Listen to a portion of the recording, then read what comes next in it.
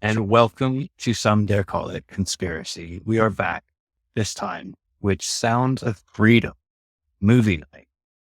How we doing, guys? Not bad. Not bad. We watched Sound of Freedom.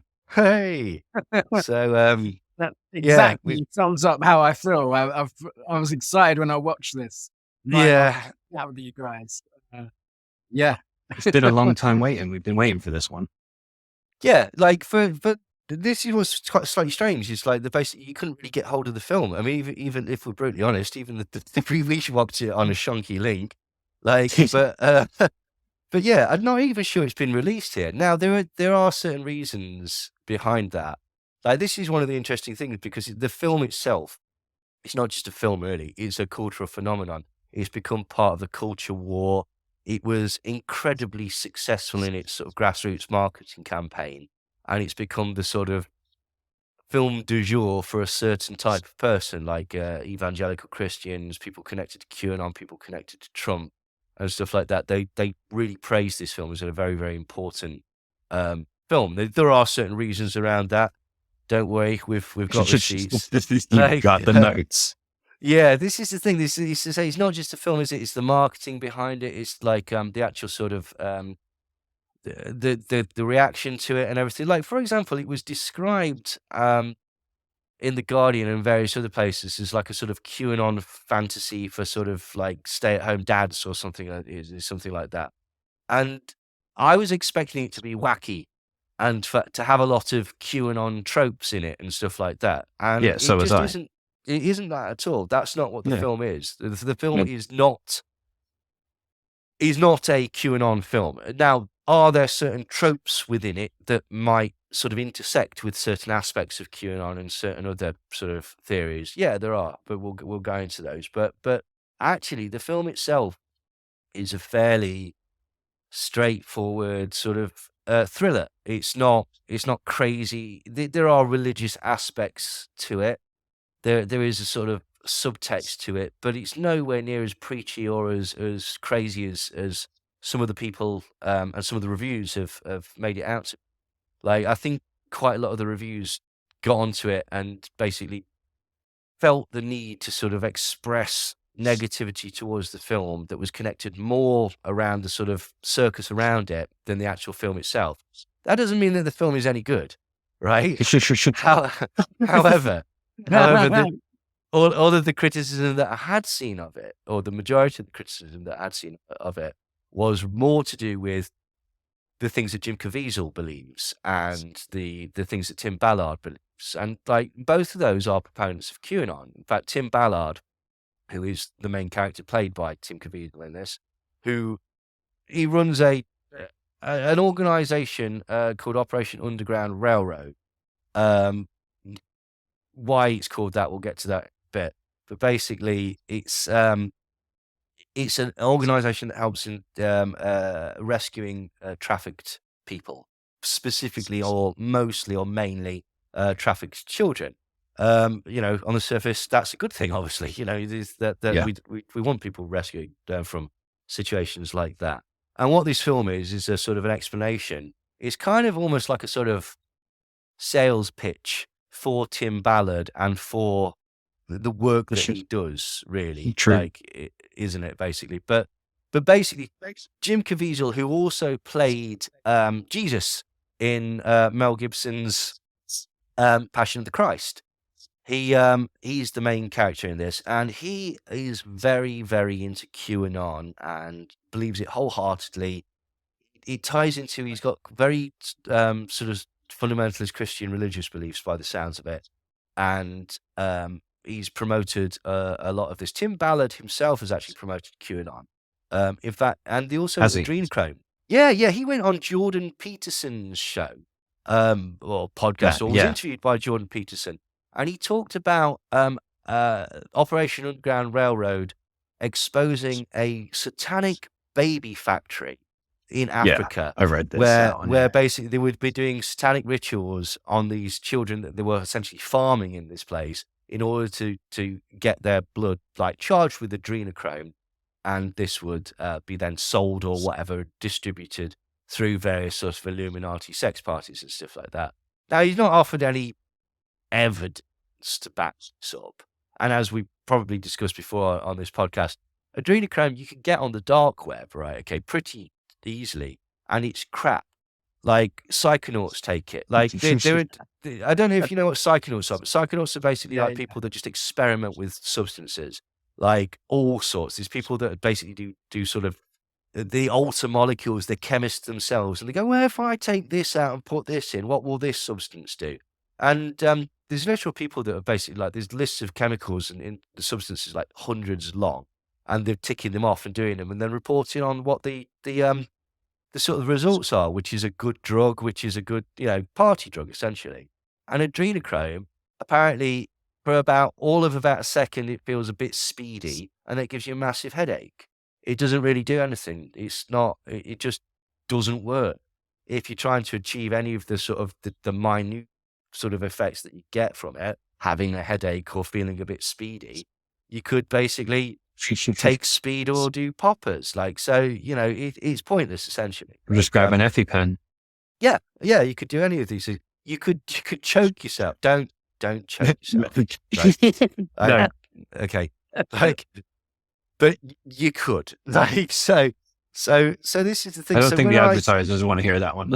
No, they don't. But John's ties. Don't choke yourself. Anyway, like, so Sound of Freedom. So we've been trying to get hold of this for a long time. In fact, wasn't this the one? This was the thing that sort of started the idea for this. If we could watch Sound of Freedom and then comment on it, and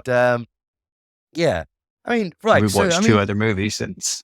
Yeah, exactly. So, But I don't know. This was the seed, really, wasn't it? Like, that kind of kickstarted these chats. And, just to add to what you said, Neil, because I think the way you framed it was brilliant. Like, going into this, there was so much hype around, like, the QAnon stuff, like, the want to see, like, adrenochrome, satanic rituals. None of that was there. And I think a lot of it, this film was originally shelved. Like, I think it was completed in 2018, shelved by Disney. Yeah. And I think it's been genius marketing. Oh, brilliant. Yeah. With the QAnon crowd. And it's been like, amplified by Mel Gibson, by Ben Shapiro, by Donald Trump. It is, and I think Mike Rothschild said it, like, it's marketed to the QAnon believers. Absolutely, it's been embraced by that community. And the actor is a huge part of it. But there's nothing really in it that is like that QAnon-y in a way. But the way it's been marketed is genius in a way. Absolutely. And we're going to come on to that, because there was a lot of sort of different things that they did, reaching out to sort of right-wing influencers. They had a thing up called Pay It Forward. There is an explanation for, like, because there's all sorts of strangeness about it, right? Can you remember when people were saying that there was empty theaters, even though they were struggling to get? There is an explanation for that, which we will come to later. There is also an explanation for why the film was shelved, or seemingly why it was shelved. Now, obviously, this was all framed as the film was too important, or the film was too close to the bone. That's why Disney, satanic Disney, of course, that's why they wanted to sort of stop the film. And what happened was this small company called Angel Films, I think it's called. Angel Studio. They basically went, all right, if you're not going to have it, can we have the rights to it? I don't know exactly what the deal was, but then they released it. And as you say, they created this incredible hype about it, so that people were clamoring to see this film before it was even in the theaters. And then when it was in the theaters, something happened that created, like, more drama around that, more hype around that, more people wanting to see it. And it was actually, for a short time, the most successful film financially. It was beating blockbusters. I forget which ones. I think it was like something like The Meg Indiana or some Jones. shit. Oh, thank you. Yeah, it was. It was Indiana Jones. Indiana Crikey. Jones, yeah. Now, here's the thing. Now, people say that it made more money than Indiana Jones. Not quite. It did on one specific weekend. Regardless, it was an incredible sleeper hit. Like, it made a huge amount of money off a very, very small budget. And as you said, with a very, very genius marketing campaign. So I read it's grossed 238 million, wow, and the budget was 14.5 million. yeah, Wow. So it's and done well. It's done Yeah. very, very well. yeah, incredibly well. And like, yeah, as you say, like we will discuss the marketing later because this is the thing, right? Okay, with the film, there's a certain degree of hype. So what we want to talk about is let's talk about the film, see if it was any good. Go through the film. There will be spoilers, I'm afraid, and then I want to talk about the hype behind it, the marketing, how accurate the film actually was. I want to talk a bit about Operation Underground Railroad, and then I want to talk about a little bit of the criticism that has been leveled at the film. See if that's valid, and then finally, there were certain, shall we say, accusations that were leveled at various people connected to the film, some of which were sort of slightly overblown by the media, and some of which are ongoing in court cases and stuff like that. But again, we'll come to that later because there are some that would say that the actions of certain people are connected to the film have in many ways undermined the message of the film or what they wanted to convey, basically. So, I mean, just off the bat, what did everybody think of the film? Brent, did you enjoy the film? Look, I didn't really. It was. I went in good faith, and I thought I'm just going to watch this as a movie. Mm-hmm. And like the first 5 minutes, I thought, okay, this is better than the last movie we were like kind of. We were thinking of watching that was like on this level, like My Son Hunter. Yeah, it was the like 10 budget's times clearly better than that. better, yeah, isn't it? Everything And, was better about it. Acting was better. The kids in it, fantastic actors. Yes, Up and down. I thought they were brilliant. Some of the cinematography was cool. The Christian element kind of annoyed me because it felt not very genuine, more of a virtue signal. Mm-hmm. I also think that it's a movie that should never have been made. Didn't need to be made because we all know about this kind of thing and it wasn't done correctly. And well, that was something. Sorry to interrupt, but that was something that really struck me. It's like a lot of the time when you see the praise of the thing, people say it really made me think, and it really drew attention to the plight of these children. It's like, sorry, did you need to see Jim Caviezel crying to know that selling children to foreigners for sex was bad? Like, because exactly, I mean, maybe I'm just an old prude, right? But I've always considered that to be on the dodgy side. So yeah, like, but sorry, I just think like this version of it is like, yeah, it's a movie that didn't need to be made. What could have done better to highlight the situation is a documentary. If they had made a feature-length documentary with that budget, went down there, shot on location, maybe got some people involved to tell the story a lot better than this kind of. I could just tell it felt like such like a fairy tale in a way. Yeah, and I just. That was my thoughts on the entire thing. What did you think, Greg? Okay. No, I feel I should add a caveat to this story, okay? Like, the past 6 weeks, I've been incredibly ill, like recovering from like the world's longest cold. Been incredibly ill. So I've been stone cold sober, not drank anything, not smoked anything, not had any intoxicants. Or intoxication, I should say. And then, so it came to the day of viewing it, and I've kind of been putting it off, thinking, okay, it wouldn't have leapt out to me. And the day I was going to watch it, I found a year-old little bottle of THC oil. And I thought, nice. You know what? If I'm going to drink this, now's the night to drink it. It's a year-old. It might not even be that good. I net the whole thing. So on the one hand, when I watched this film, I had a beautifully profound and emotionally moving almost transcendental experience. But on the other hand, that had absolutely nothing to do with the film itself, which I found incredibly mediocre, just completely sensationalist, and just trite, if I'm honest. It was a long film. It must have seemed like it lasted for about 4 weeks to you. Yeah. It was life-changing. What can I say? Maybe not in a good way. I think, like, first of all, I think what Brent said is like spot on. Like, first of all, like the themes it tries to tackle are deadly serious. They're something that always resonates with people, and that's the stuff about the way this whole thing is like a political culture war thing, like the whole save the children. It's like one of the things that's going to resonate with every single human being. Like, of course, that is like something that is so important. And I just felt like, as Brent said, it wasn't particularly nuanced in how it explored this issue.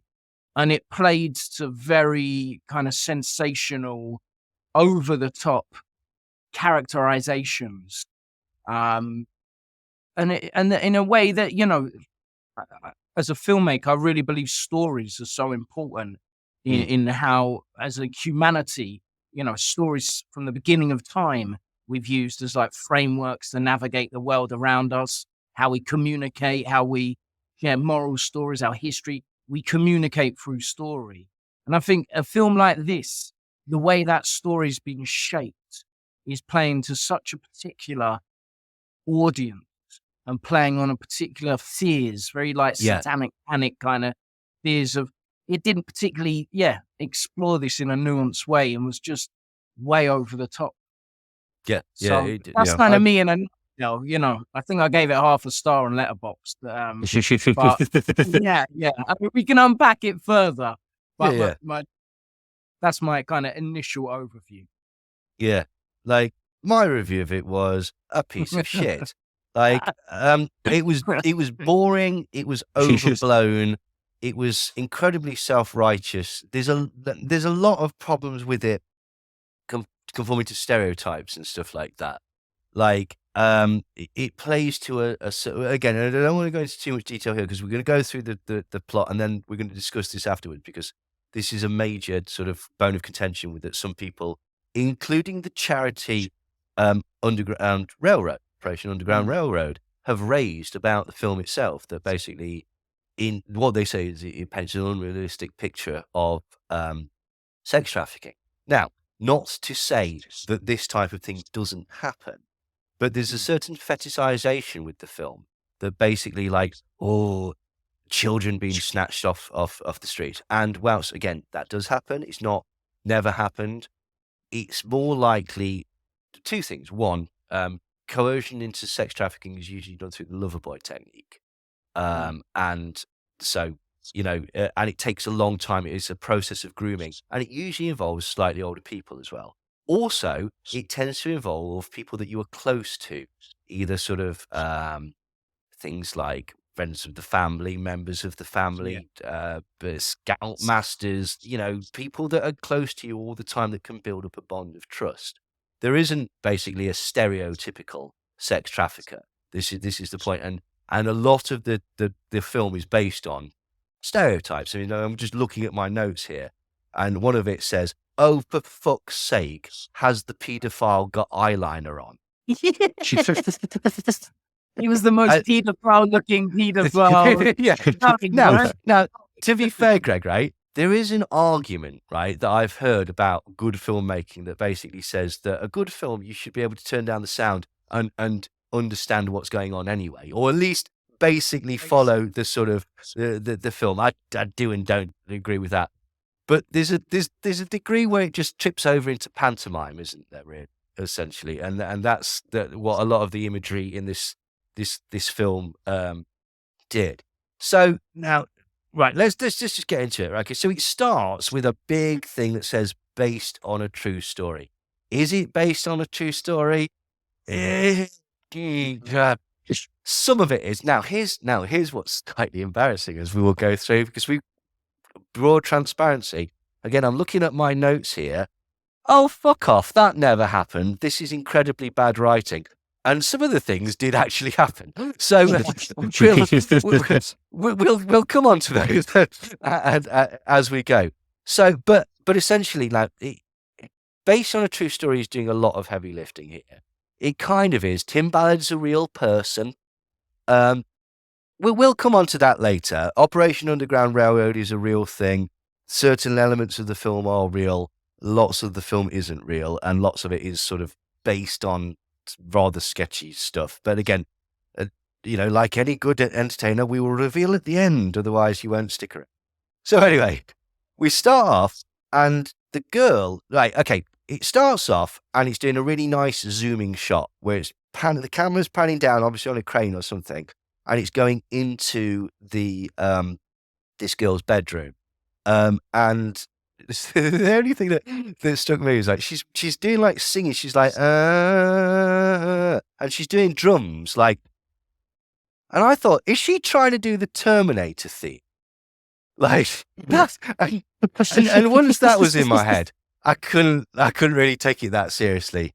So like, but I don't think she was trying to do the Terminator theme. But anyway, right, okay. So this little girl's in Honduras, which, like, I didn't actually pick up the first time I watched the film. I missed that bit. I thought she was in Mexico. But anyway, doesn't matter. Like, and this woman turns up, this Giselle woman. Now, this Giselle woman is based on a real woman called Miss Cartagena. Yeah, I was the same. Like, I thought, bollocks, this is heavy-handed. In fact, this is my It felt so divisive. She felt so cliched. Wow, the bit where the little boy walks in and she just like gives him a look like she wants to gobble him up, like the sort of like big bad wolf. And it's like, and literally my notes here say, oh bollocks, this is a bit heavy-handed, isn't it? The girl's far too cute, and the woman looking at the boy is almost pantomime villain. And so yeah, immediately off the bat, I was like, okay, so this is quite a well-made film. There's obviously a little bit of budget to it and whatnot. Like, there's a couple of decent actors in it. Jim Caviezel's in it. He's done stuff. Mira Sorvino's in it. She's Paulie's daughter from Goodfellas. I was shocked. It took me ages to realise it was Mira Sorvino. Well, she might as well not have been in it, if we're brutally honest. She just, again, she plays be strong trope wife. Now, again, ironically, apparently all of that is true. But let's not get bogged down. Like, but yeah, she could have been anybody. Like, I think she was kind of there potentially to add a big name to the marquee, so to speak. Like, do you know what I mean? Like, because realistically, that could have been anybody in that role. But anyway, so basically, like, this girl, Giselle's turned up, and she's saying that this girl is desperately pretty and that she thinks she can get her involved in some modelling. And then the little boy comes in, who's her brother, whose name escapes me. Like, it's Rocchio, and what's the boy's name? I can't remember the boy's name, but basically, like, yeah, boy. Manuel, I think. Manuel, that's him. Yeah, that's him. He's based on a kid called Teddy in real life, but again, we'll come to that in a bit. And then there's loads and loads of shots of hopeful children looking out of car windows. And at this point, I thought, oh, for fuck's sake, it's going to be one of these films, isn't it? Like, as they were being driven to How the many thing. times have you said that already in the first, like, well, again, but the problem film? was, this is the thing, and I'm sure this is, but this is the thing, like, I'm sure that you found this as well, Greg. You were like, so, right, okay, so this bloke's definitely been to film school because he's using he's got to about page 5 of every textbook. And how can we convey that this woman's evil? Well, what if she looked like this? What if we zoomed in? If we zoomed in on the eyes, then we would know that the dog is evil. It's stuff like that. So there's one, when I watch this film, there is a book. When anyone that's ever written a script, or if you teach screenwriting, there is a very famous book called Save the Cat by Blake Snyder. Mm-hmm. And Blake Snyder has a very famous, the Blake Snyder beat sheet. And it's how to write, and it's based on lots of other ideas. And I'll talk a bit later on about like Joseph Campbell's classic hero's journey. But when watching this film, and Save the Cat, it's not a very big book, but it's the book anyone that ever writes a script, they will have that book. And it has certain beats. And there was a moment in this when his co-worker, and I know we're not there yet, but his co-worker Chris turns to him and says, "It's a messed up world." And this is like the third beat in the Blake Snyder beat sheet, and it's called Theme Stated, and it even says that the protagonist won't say this. A character will say it to them. To drive their arc. To inspire them. When this moment happened, I was like, oh shit, that's like Theme Stated. And even the other beats is like the opening shot and the closing shot. It says should like be in communication or in response to each other. Yeah. And, not to kind of ruin the end of the film, but closing shot is basically a reversal of the opening shot. So this film is like someone took Save the Cat and followed those beats and wrote this film from that book. Go on, Brent. What were you going to say? On a different note, with this beat list, is say the name of the movie in it. Probably, yeah. That would be one of the details because I know that came up as well, right? This film, literally, like you're saying, everything is kind of cliched and stereotypical. The entire narrative arc is lifted from a how to write a successfully engaging hero's journey, and it hits all the beats, man. It's like AI wrote a film.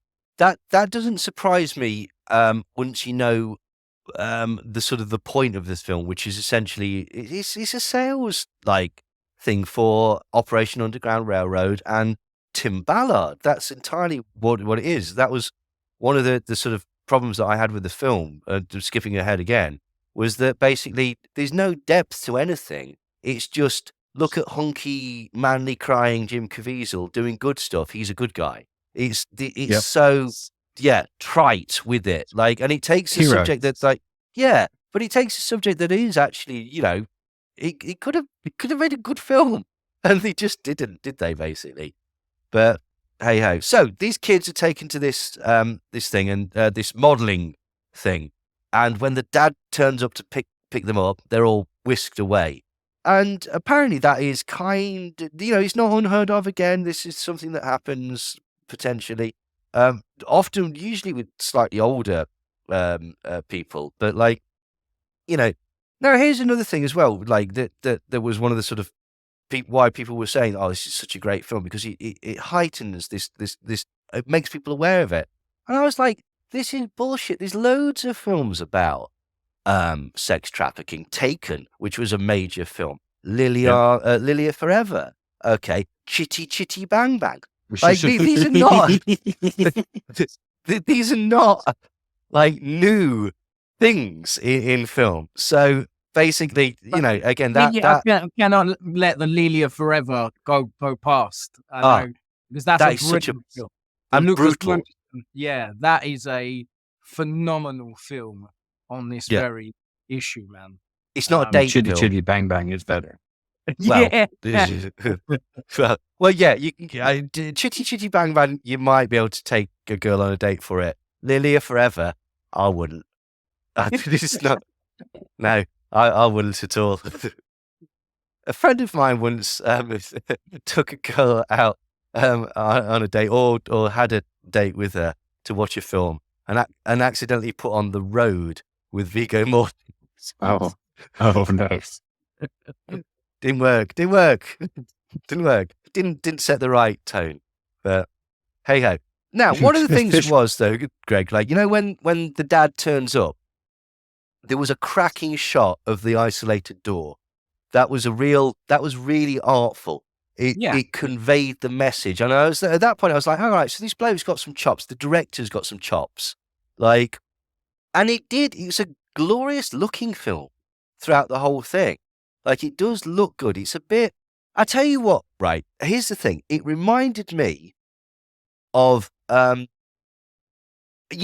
in music videos, they'll do like a fake film or something, or they'll do like a fake narrative where it's really Hollywood, like in a Biggie Smalls video or something like that. The whole film seemed to be shot like that. Lots of shimmery backlights and close-ups and beads of sweat and tears. Do you know what I mean? It was very, very like clinical if that's the right sort of way to express it. And I just thought, again, I thought that this director would probably be better. And this is actually a criticism.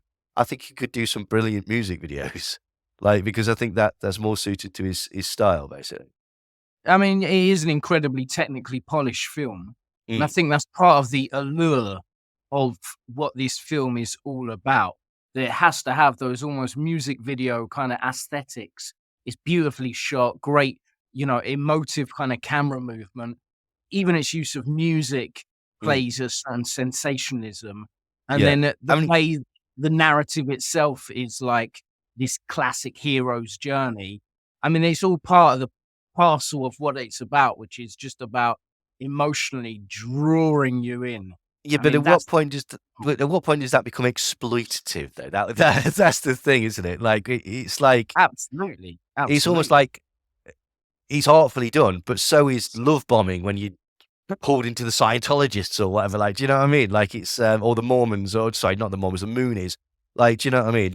Interestingly, Tim Ballard is a Mormon, like very, very sort of keen Mormon. Went to Brigham Young University.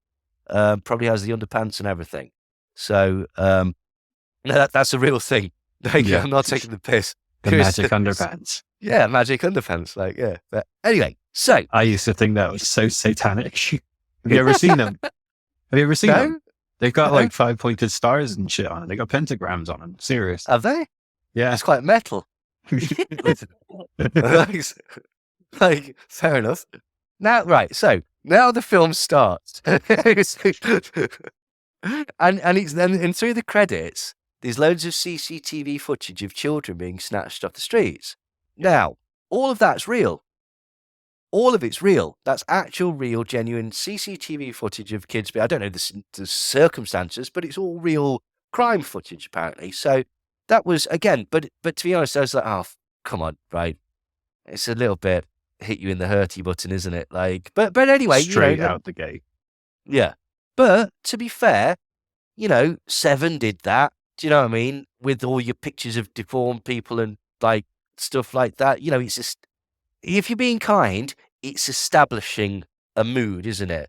If you're being cynical, it's like, it's trying to play on certain things in a rather inartful way.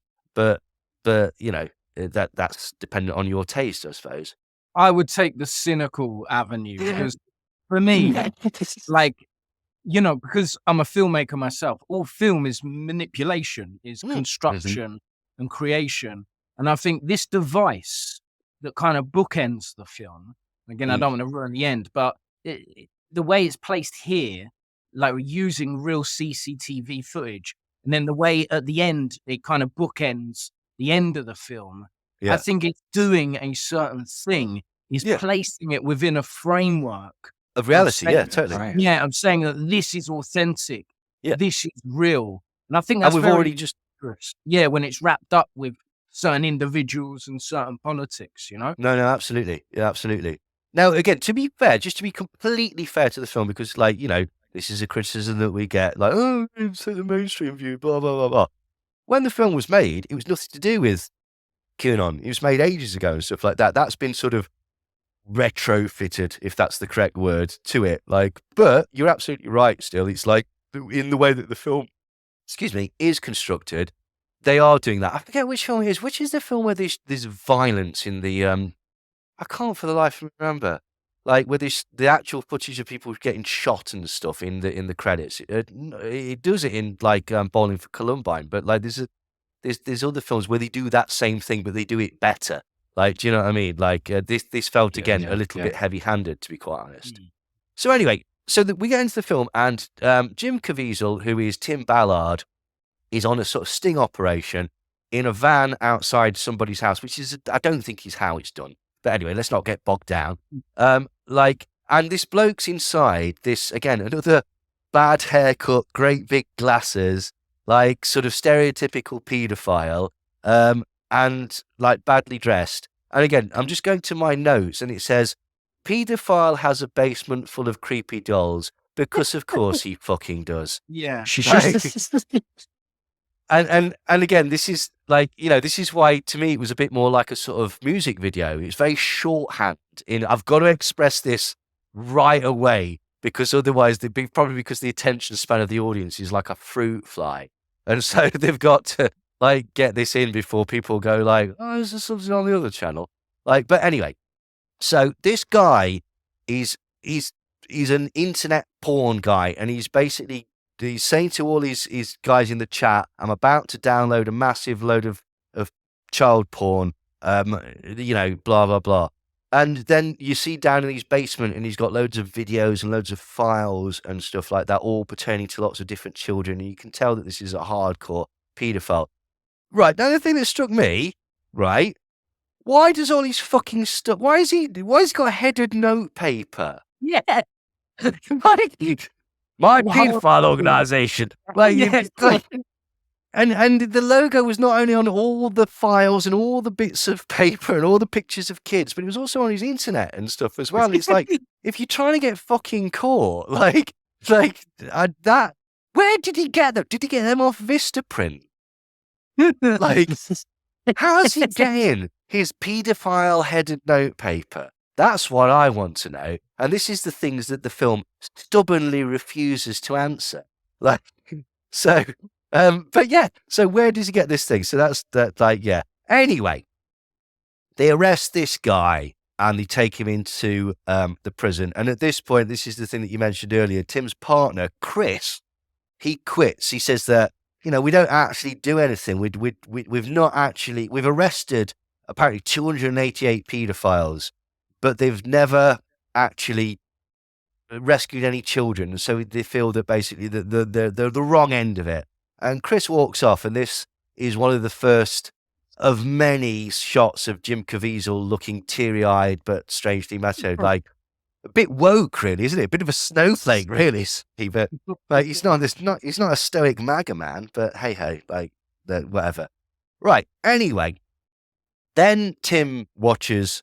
For some reason, he's then got to go and watch the videos that they've downloaded off this paedophile and subscribe to or transcribe what's happening in them for evidence. And apparently, again, this is where it gets a bit weird, because like Tim Ballard says that this was part of his job when he worked for HSI, part of Homeland Security. He did work for an element of the government that dealt with child pornography and internet crime and internet pornography like this. And so that is very plausible that this was part of his job. I mean, that's how evidence is sort of transcribed, isn't it? Like, people do have to watch these things. Like, so that is probably accurate. But there was again some nice shots. But again, by this point, it was so. I've put, Christ, the pacing is slow. This is so somber and faux epic. It's massively overblown and incredibly worthy. Now, again, like, we are dealing with saving children from sex trafficking. So it is a worthy cause, but Christ, the tone of it was very, almost like, I don't know, he had a religiosity to it. Do you know what I mean? Like, it really felt like it was, I don't know if you've ever seen any sort of like the sort of Left Behind or any sort of like religiously made films and stuff, like where the non too subtle subtext is Christ is the way. Like, I've seen quite a few of them. Well, then God's not dead. That sort of hallmark amateurish, like, do you know what I mean? Even like it had even a bit of like Celestine Prophecy, kind of that sort of feel of that film. Yeah, I get it. Yeah. And the thing is like, even though it is such a worthy kind of story, like, it sets up the problem that they don't save enough kids. They capture the perpetrators, but not the children. Yeah, and it's such a big kind of moral story, but there's something incredibly flat about it.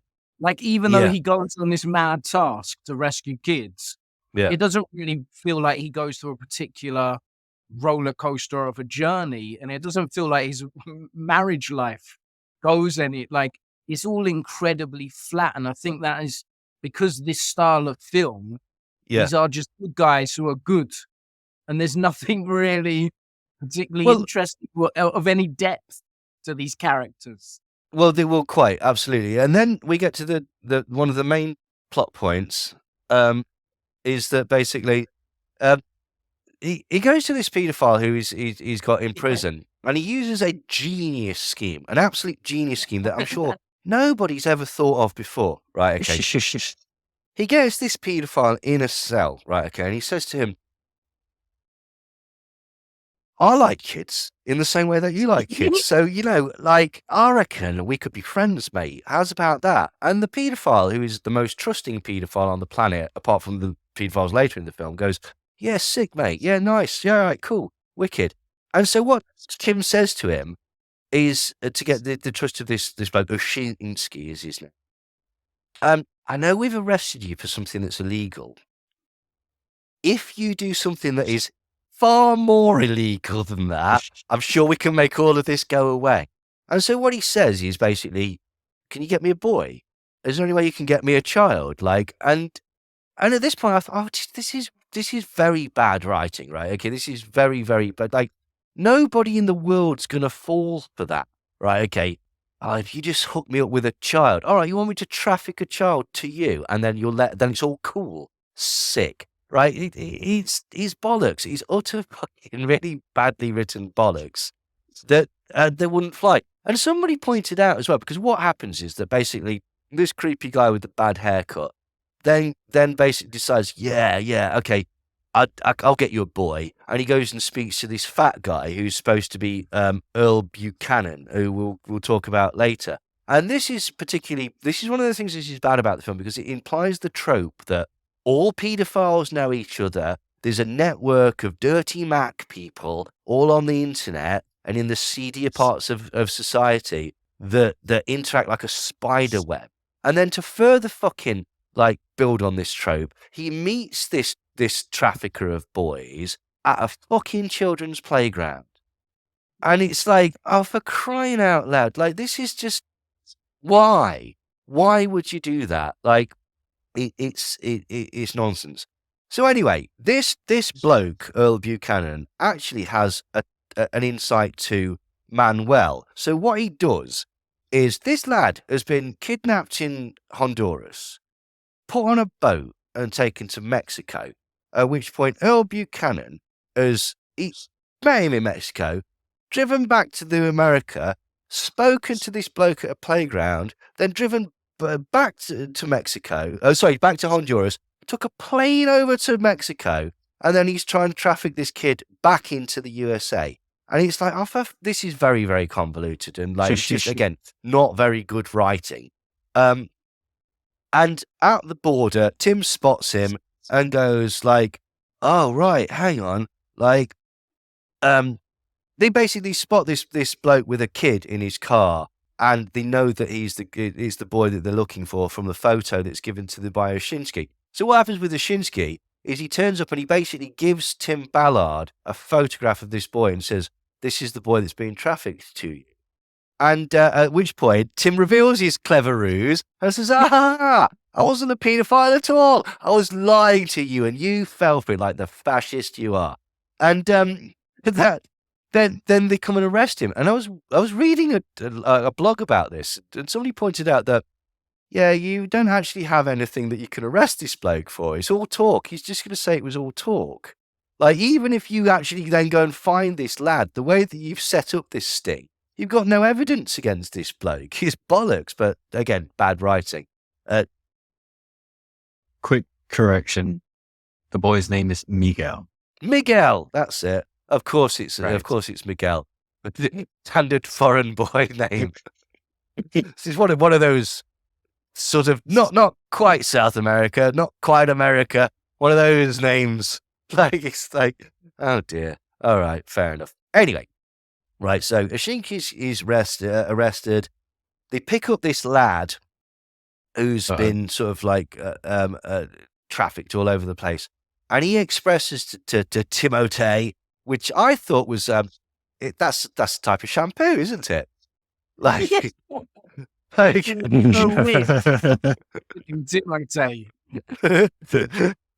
it's all to do with a necklace that this lad's got that was given to him by his sister that's got the Saint Timothy on it. And again, Tim Ballard swears to Christ that this is a real story. Whether it is or not, we'll reveal later. This was the most divicey device ever in all narrative devices. It was so. It was like it was about as subtle as a slap in the face. Yeah. Right? Yeah.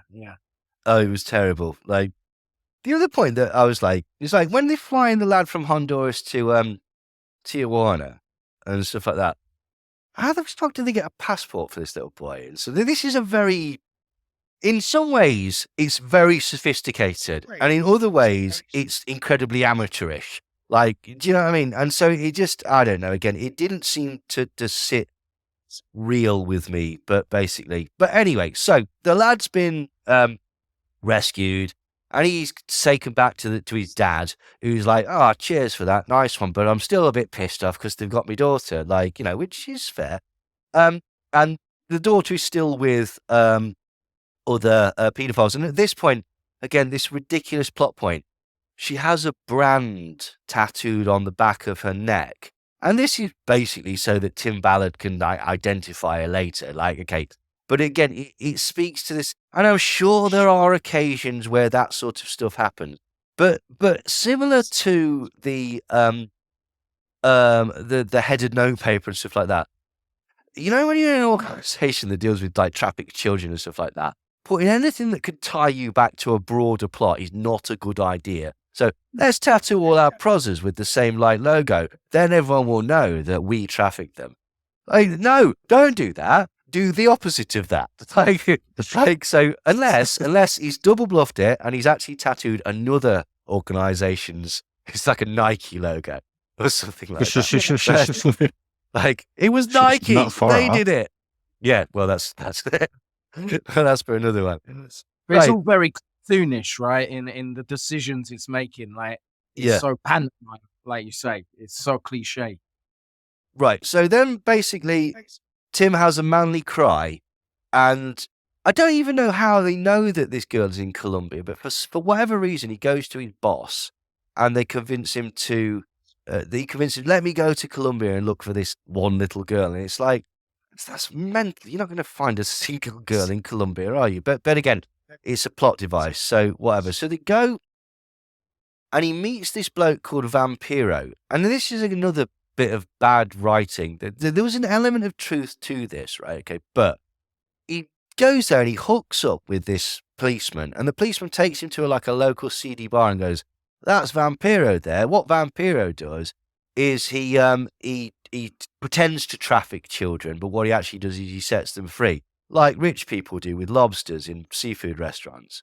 Like, it's and at that point I thought, why is Vampiro not dead? Because if the fucking police know that he's doing this, then everybody knows that he's doing this, right? Okay, and again, it's just bad writing, because this Vampiro is actually based on a real person. But again, we'll come on to that later. And luckily, Vampiro knows Giselle, the black pimp lady from the beginning of the film who stole all these children, which is fucking convenient, to be quite honest. Like, and Tim comes up with another genius idea, right? He's going to set up a sex hotel in Tijuana that's exclusively populated by children. And so in order to do this, he needs to go to Giselle and get a load of child sex trafficked people off of them. And he asks for something like 55 or something like that. And it's like, and none of these people, these are supposed to be career criminals. Right? Now, they just do it too quickly. But what it implies is that you can walk into somewhere and go, "Does anyone get me 50 kids?" And someone will go, "Yeah, I can, mate. Yeah. Like, yeah, no worries. That's going further back to that, right? Okay, the bloke, okay, that he's just made friends with, Oshinsky or whatever his name is. Is there any way you can get me a boy, mate? Yeah, I can get you a boy. And then within a few days, he's got a photo lined up and everything. He's arranged to meet. Like, fuck off. You couldn't get a 9-bar that quickly. How are you getting a fucking child, right? Like, it's just not realistic. But anyway, it's artistic license, so we'll go on. So anyway, Vampiro, and then they're introduced to Fuego, who's the most sort of sweaty, salivating, looks like he's dying of some sort of horrible disease, eyeliner wearing paedophile that you've ever seen. And at this point again, it's like, oh, for God's sake, this is really, really, really heavy-handed. But they're doing this to sort of like entrap the broader sense. Now, at this point, for absolutely no reason, Tim's boss has one scene where he turns into stereotypical angry police like commissioner or sergeant or like whatever, like out of Beverly Hills Cop or Bad Boys or any of those like Lethal Weapon or anything like that. Operation is over. Yeah. And it's so just completely out of time. And it's like, and what gets me is like, you've shown me no results, Tim. Absolutely no results. It's like, you sent him to fucking Colombia to look for a toddler. What results could you possibly have expected? You know, if you send someone to IKEA to look for a toddler, you'd struggle. Like, do you know what I mean?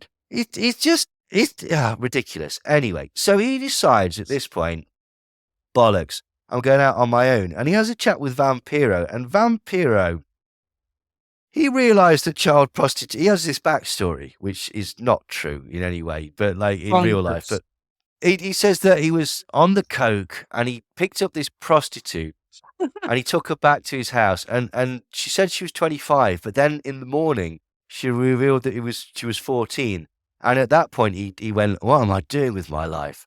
And realised that basically what he should be doing is saving these children and stuff like that. And aside from the massive overblown thing, I hate to get into really grisly, like horrible details in here, but why would you pretend to be 25 if you're 14? You'll make more money telling people that you're 14. I know that's horrible. I know that makes me sound like the worst kind of fucking monster on the planet, right? Okay, I'm not suggesting that. I'm not a business advisor, right? I'm just saying that's what the fucking film's about. People going right out of the way to get children prostitutes.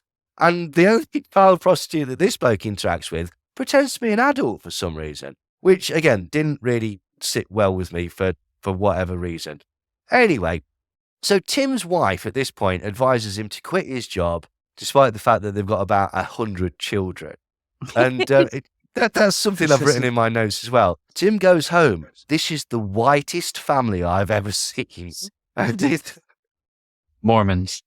Well, they are Mormons, absolutely. But again, if you didn't know that and you're looking from the signs and signifiers of decoding the film and whatnot, you just go, Jesus Christ, this is, again, family. And like, you know, it's all of that. Again, it speaks to there's a certain type of person where that will be decoded as, yeah, fucking heck, have lots of kids. Like, and do you know what I mean? So anyway, she tells him to quit his job and to actually do what he says. Now, in real life, he swears that that's true, that she told him that it's a mission from God, essentially. And I think the exact phrase what she was, you're not going to stop my salvation.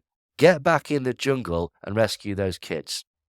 Now, she's having an affair, isn't she? Let's be honest, like, that's the only possible plausible explanation, right? She's knobbing the pool boy. Like, that, I mean, that's the subtext that I took from it. All right.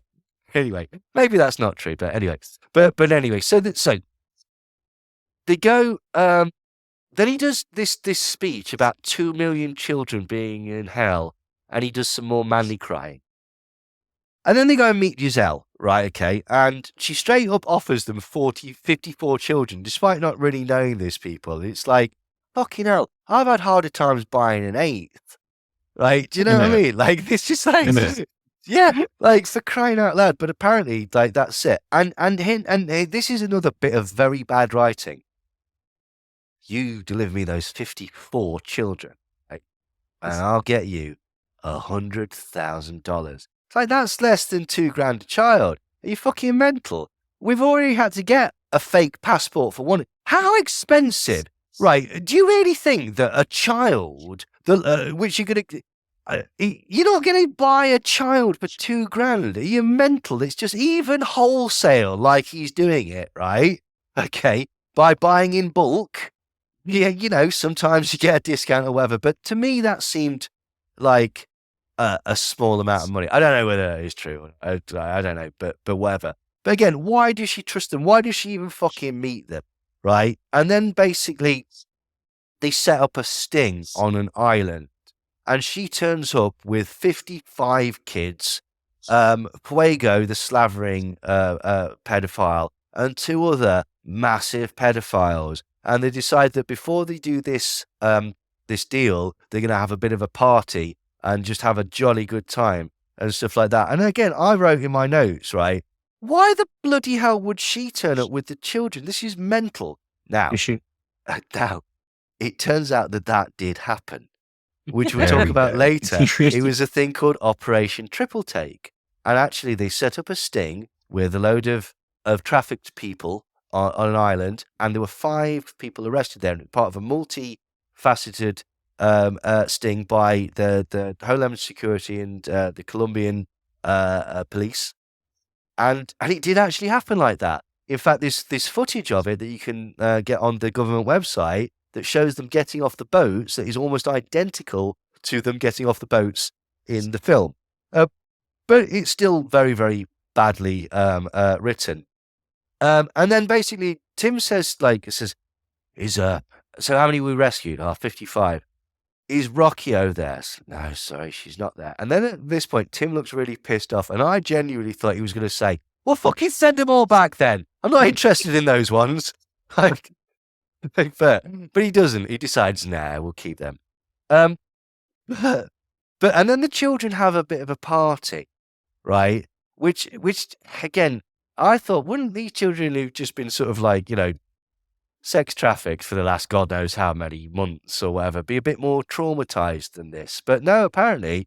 And this is where they do the bit. You hear that? That is the sound of freedom.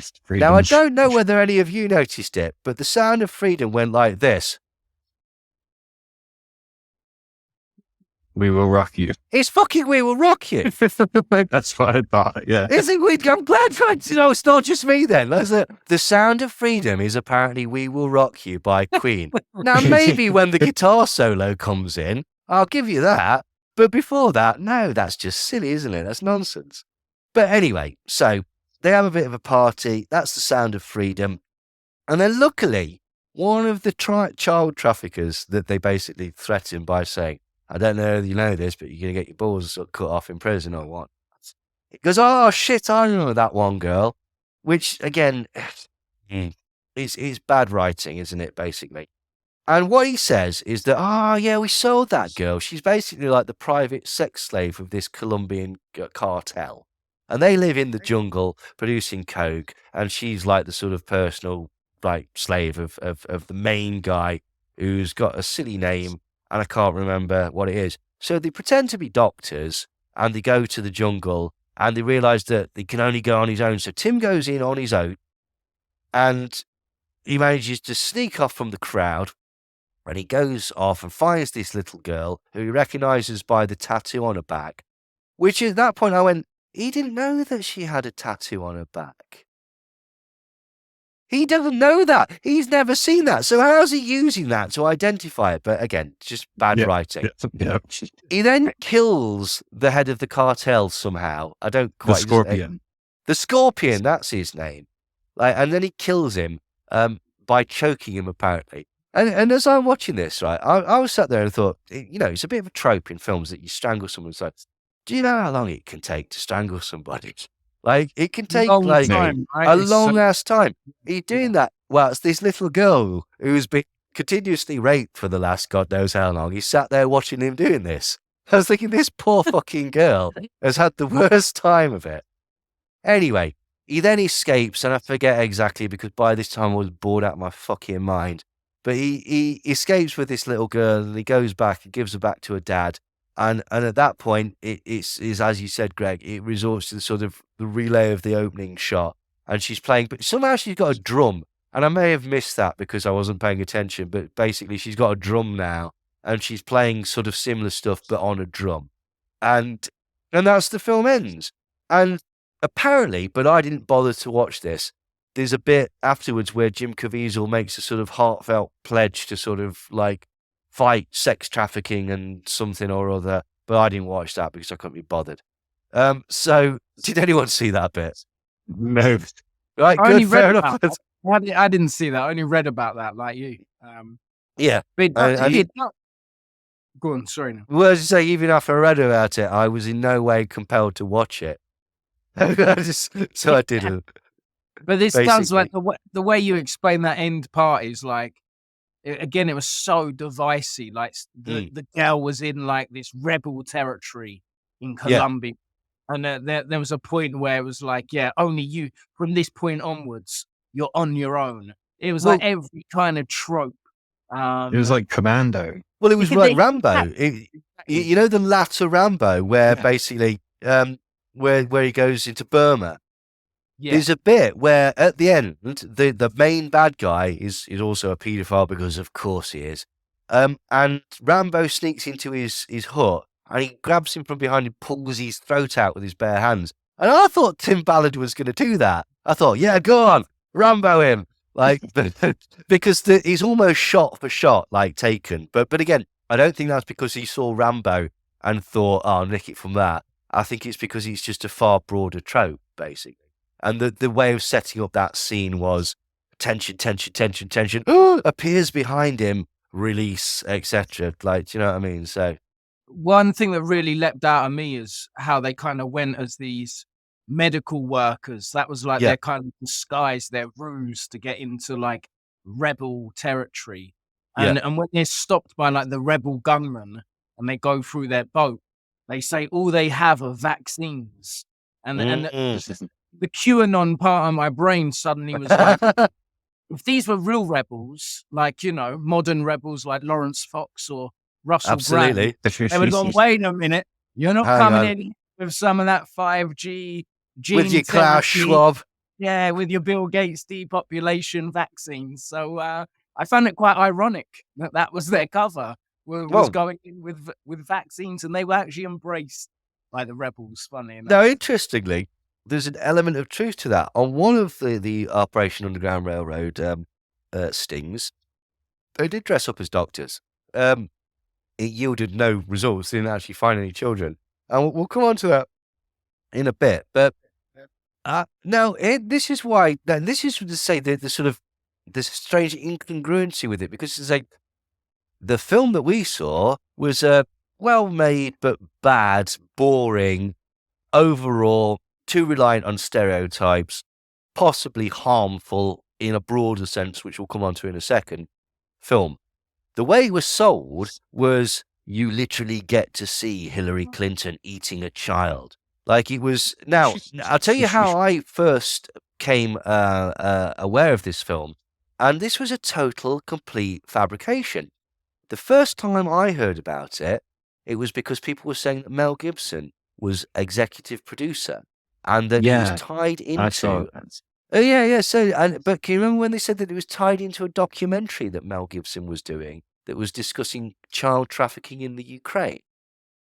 Right, no. Well, that was another thing. That was the thing that was floating around. And so this was the thing. And then it was like, then when Sound of Freedom came out, or became sort of aware to the public, everyone went, oh, is this that documentary? The one about child trafficking in Ukraine? Now, that was bollocks. Mel Gibson was not involved in this film at any stage. Later, he sort of praised it, but he certainly wasn't an exec producer or a writer or anything like that. And obviously you get confused because of his previous work with Jim Caviezel. Exactly, on Passion of the Christ. Because I thought straight away that it was, which shout out to Passion, because I do like it.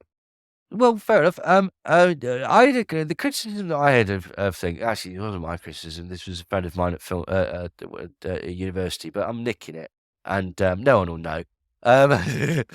He said that the fundamental thing that he got annoyed about with the Passion of the Christ, not the anti-Semitism, he was fine with that. Like, it was the he said that he was pitted as, this is real, this is a real sort of visceral experience. And basically, like, you know, we're showing the actual violence, the ripping of the tendon, we're showing all this. It's real, almost documentary-like, if you will. And that's how it was sold, that it was like a, not overblown, not sentimental. It was a real, showing the real violence of it. And my friend pointed out that, yeah, but it goes into slow motion every fucking 5 minutes, which completely negates the realism of it. I was like, oh, yeah, that's a good point, actually. My particular take on it was, and this might sound reductive, but if I have to watch another person wash someone's fucking feet, I will scream. And that's just what I took from it. But anyway, yes, you're absolutely right. Because of that, and because Mel Gibson keeps threatening to do sort of, I don't even know if this is real, but have you heard this concept that he's going to do a film called Rothschild about an influential Jewish banking family that secretly control the world? But it's not the Rothschilds. It's just called Rothschild, and the characters are called Rothschild. I don't even know if that's a real thing. I'll be honest, I've got no idea. And what's bizarre is that, and this speaks to sort of some dark elements of the truth movement, is that for whatever reason, people think that Mel Gibson is a good guy. And it's like, really? Why? Oh, he tells the truth. And it's like partly based on this one erroneous meme where he talks about some shit or other to do with adrenochrome, and then partly to do with when he started ranting about the Jews ruling the planet. And and that is literally it. And it's like, that's fucking mental. And Mel Gibson is not a well man, right? Okay, if you've heard that, what he said to the police officers, if you've heard the tapes that he did to his girlfriend when he was pissed, if you you know what he said about his father, an avid Holocaust denier, when he was pressed on that, your father's a Holocaust denier, what's your take on that? Mel Gibson's answer was, my father's never lied to me. Wow. Yeah, absolutely. So the fact that he's been embraced by, and what's so stupid is that he hasn't really been cancelled. He's been in films and stuff like that. He's not the draw that he was, but that's something more to do with the fact that a lot of the audience, he's not being held back by the Illuminati. The women and stuff that were his sort of demographic, they don't want to see him. Oh, what women want. Didn't he call her a fucking cunt and say, if you get raped by a pack of N-words, blah, blah, blah. That's not, that's not the image you want in your head when you're going to see a romantic film and, what do you wish to vicariously live yourself through the lead? It doesn't work. So that's why he was cancelled, so to speak. I hadn't heard about that. I hadn't heard about the Rothschild film though. That's kind of he's touted to make. I've just read recently Mike Rothschild's book, Jewish Space Invaders, about the history of the kind of Rothschild conspiracy theories, which is it's nonsense. It comes from one leaflet. Yeah, we did a little bit about it, and it's like we were shocked to find that out because it is such a trope within the conspiracy world. And you find out that the Rothschilds aren't actually worth that much. And all this stuff about, they finance Hitler, that's so ahistorical. They were kicked out of Germany and they had all their assets taken. And the Waterloo thing as well, it's just not true. It's not true. It came from a pamphlet I forget the bloke's name, a massive anti-Semite. He was called the Satan pamphlet, wasn't it? Yeah. And basically, he just, again, built up this trope about the Rothschilds. And at the time, there wasn't that much money in it changed as well from Rothschild being out of the battle to one of his servants being out of the battle. And there was an element of truth to it that they made money from that war because they lent the British Army in Wellington money, but they received that back as a loan with interest. They certainly didn't have a controlling interest of the Bank of England, and there were other bankers that made far more money than. But basically, they say this is a trope that's all over the place, isn't it? Basically. So again, building on this. Sorry, a correction then. AP News. The spokesperson for Mel Gibson says he's never been involved in developing a movie about the wealthy Jewish family and has no plans to direct such a film. Gibson was briefly linked to a role in Rothschild, a dark comedy about New York's elite. The film, which was unrelated to the real-life family, has never materialized. So they got to him like they got to Kubrick. I see. Let's read between the lines there, yeah? So anyway, well, he got all the kickback and probably just thought, no, I'm not doing it. Yeah, probably. Shit, no, even for me, that's too far. But Let Kanye keep all the heat. Yeah. That was probably it. It's like, fucking Kanye, bloody ruined my film. Like, anyway. Kanye's taken all of it, all the heat, but just let him have it. Thanks. So prior to release, Caviezel and Ballard basically went round and spoke to dozens and dozens of right-wing influencers, and they gave them, and this is all true, $150 to read a pre-written review of Sound of Freedom. And they also basically got the donors to fill... right, now here's the thing. Sorry, excuse me. These horse brasses. Anyway, can you remember when there was that drama like, I've paid to go and see the Sound of Freedom, and apparently it was sold out, but the entire theatre is empty? There is a reason for that, and it's not the Illuminati. What Ballard and Angel Studios decided to do was get the producers and donors of the films to do two things. One, there's this thing called the Pay It Forward scheme, where they would basically do... Essentially, it's the same thing. They bought loads and loads of tickets. They just got their producers and donors to buy up all these tickets with a view to giving them away, but evidently they didn't. So this is the point. So that builds up artificial scarcity. It also basically, they've got all these right-wing influencers telling them about it. But this is why you had so many sold-out things, because like Bad News do, they went out and bought their own fucking thing. And so they hyped up the sales by putting their own money into it, which I'm pretty sure is fraud. But anyway, let's not get bogged down in that. And that sort of created the thing. There's no wish to take away from it. It was a genius grassroots marketing scheme. But it's all based on flim-flam and bullshit, to be quite honest, basically. So the influencers also basically... What's new? Thing. Well, we're quite. But like, you know, you were saying earlier that it was shelved by Disney, and this was a big thing. And basically they were saying that it was shelved by Satanic Disney because it was too close to the truth. And it was also too Christian. No, that's not why it was shelved by Disney. Do you want to know why it was shelved by Disney? Because Disney bought Fox at the time. They also said it was shelved by Netflix and Amazon Prime. None of that was true. It was just never offered to those people. They didn't have the option to pick it up. Disney bought Fox, and when they bought Fox, they had literally thousands and thousands of projects.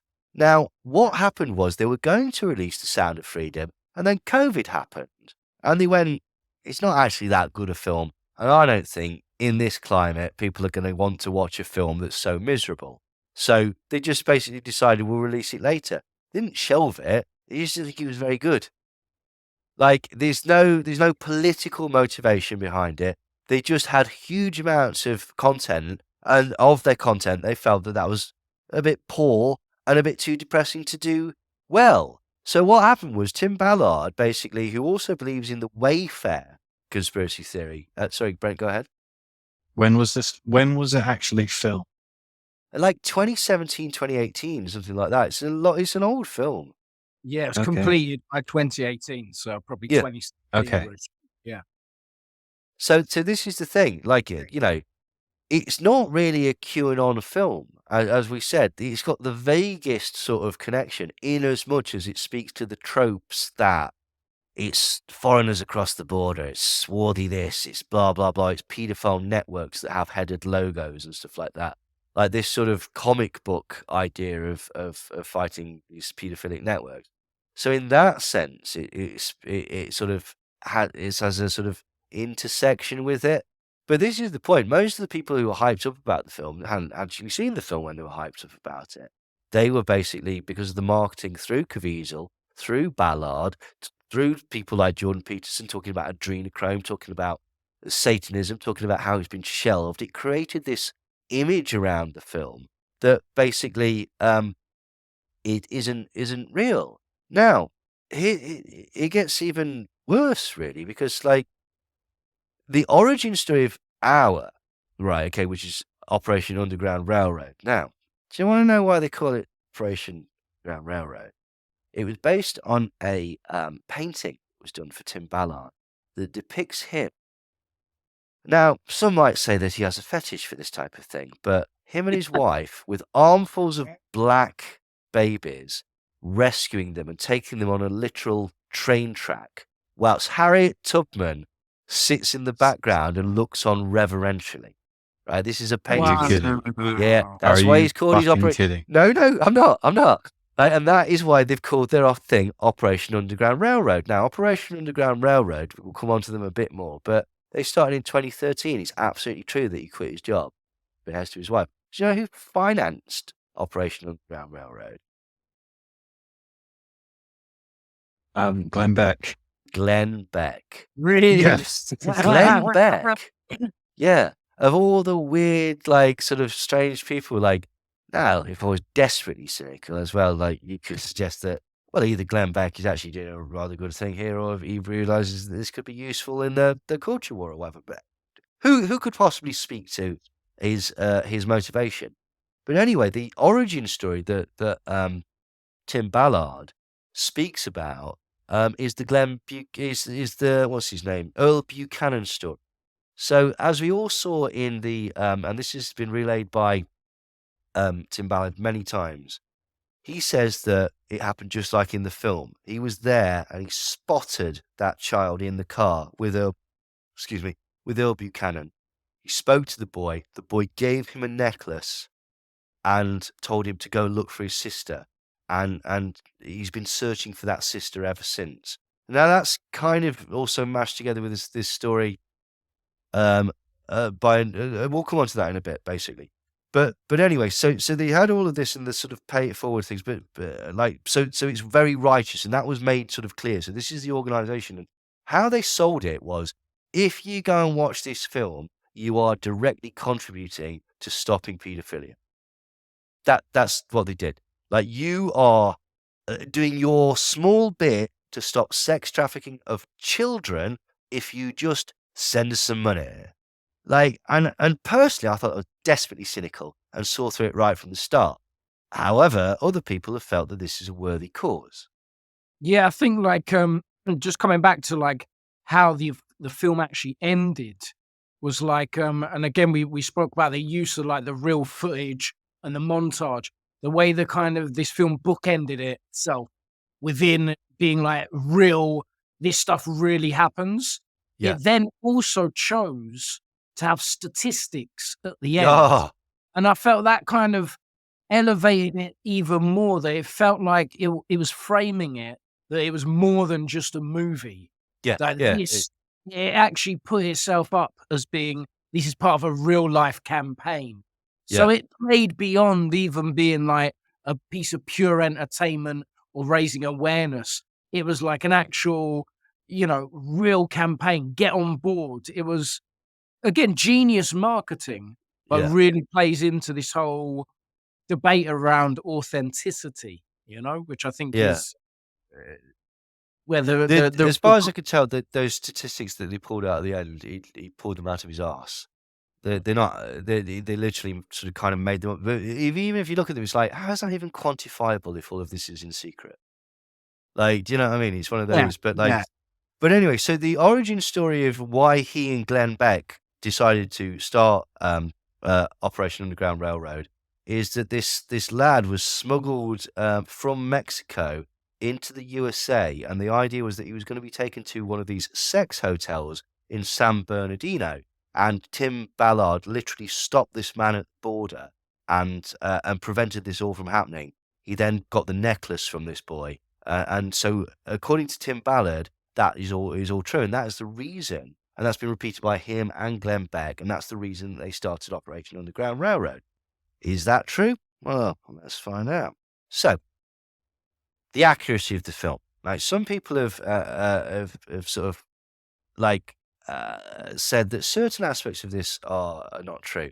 Now, to be fair, when I was checking this, some of the things that I thought were not true turned out to actually be true. Like, which just is more of a testament to how fucking piss poor the writing was. As we said earlier, the raid on the island actually happened. Like, it was an actual event. Like, and the woman who's depicted as Giselle was a lady called Joanna, who's also known as Miss Cartagena. She was caught there with 4 other sex traffickers and 50-odd children. Well, actually, they weren't children, like 50-odd sex workers. And the raid did actually go down like that. Yeah, I didn't think that it was real either. I thought it was like a nod to Jeffrey Epstein Island or something. Yes, I did as well. But I also just thought, like, again, why would she be there with the merchandise? That's ridiculous. Like, you wouldn't do that if you were selling speed, let alone children. But, like, apparently that's what she did. So, like, I was wrong there. But And they all have like connections with the cartels, there as well. So like they would, you're dealing with illicit material. Yeah, I don't think that was true. Like, I don't think all this. I mean, certainly everything after they decide to pretend to be doctors, none of that ever happened. Tim never went into the jungle on his own. He never rescued a girl from a cartel. He's never killed anybody. That was all bullshit. That's all Hollywood flim-flam. So did Tim Ballard grow frustrated after years of investigating child porn but not rescuing kids? Yes, this is absolutely true. So that is depicted accurately in the film. He worked for the CIA for a year, apparently. He then was for the Department of Homeland Security for 12 years, during which he spent a lot of his time on this internet task force.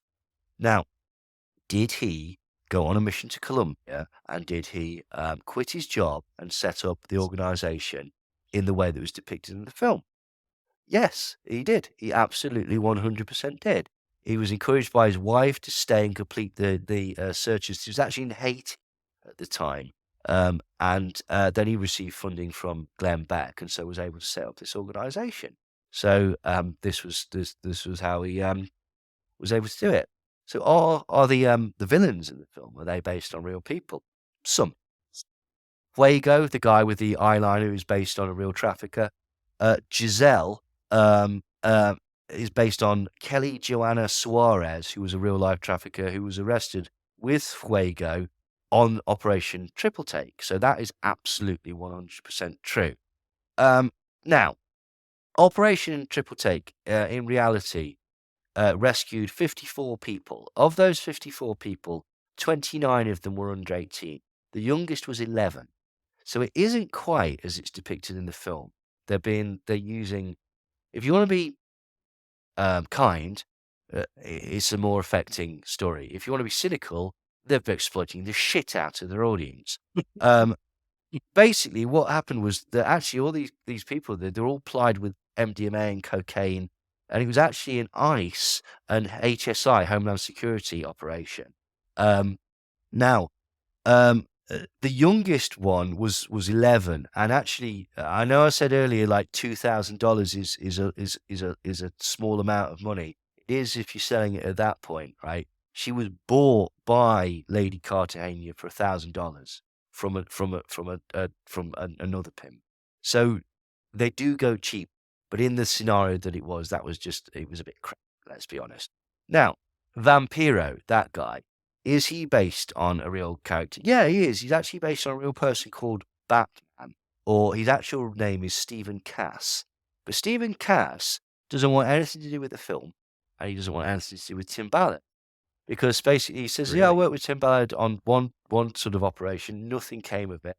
I don't think Tim Ballard's serious. He's all about the fame and fortune, not about helping kids. That's what Stephen Cass said. Wow.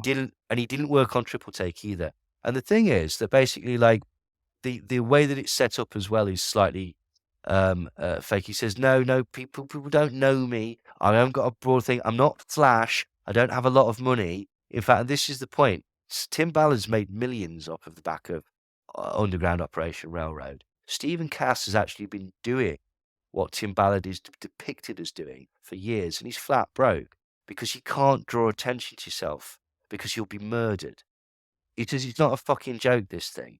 It's not, and this is the problem that we'll come on to with Operation Underground Railroad. It seems to be a lot of show and a lot of Hollywood-style stuff. And you're dealing with people that don't give a shit about human life. They're trafficking people. They don't care about these people. And so, in many ways, they're basically like, this is harmful. So Ernst Oshinsky. Now, this is a strange one. He's the guy at the beginning. Now, we might have to cut this. Right, okay. I'll just warn you in advance. Did anyone else look at I'm not even trying to be funny here, okay?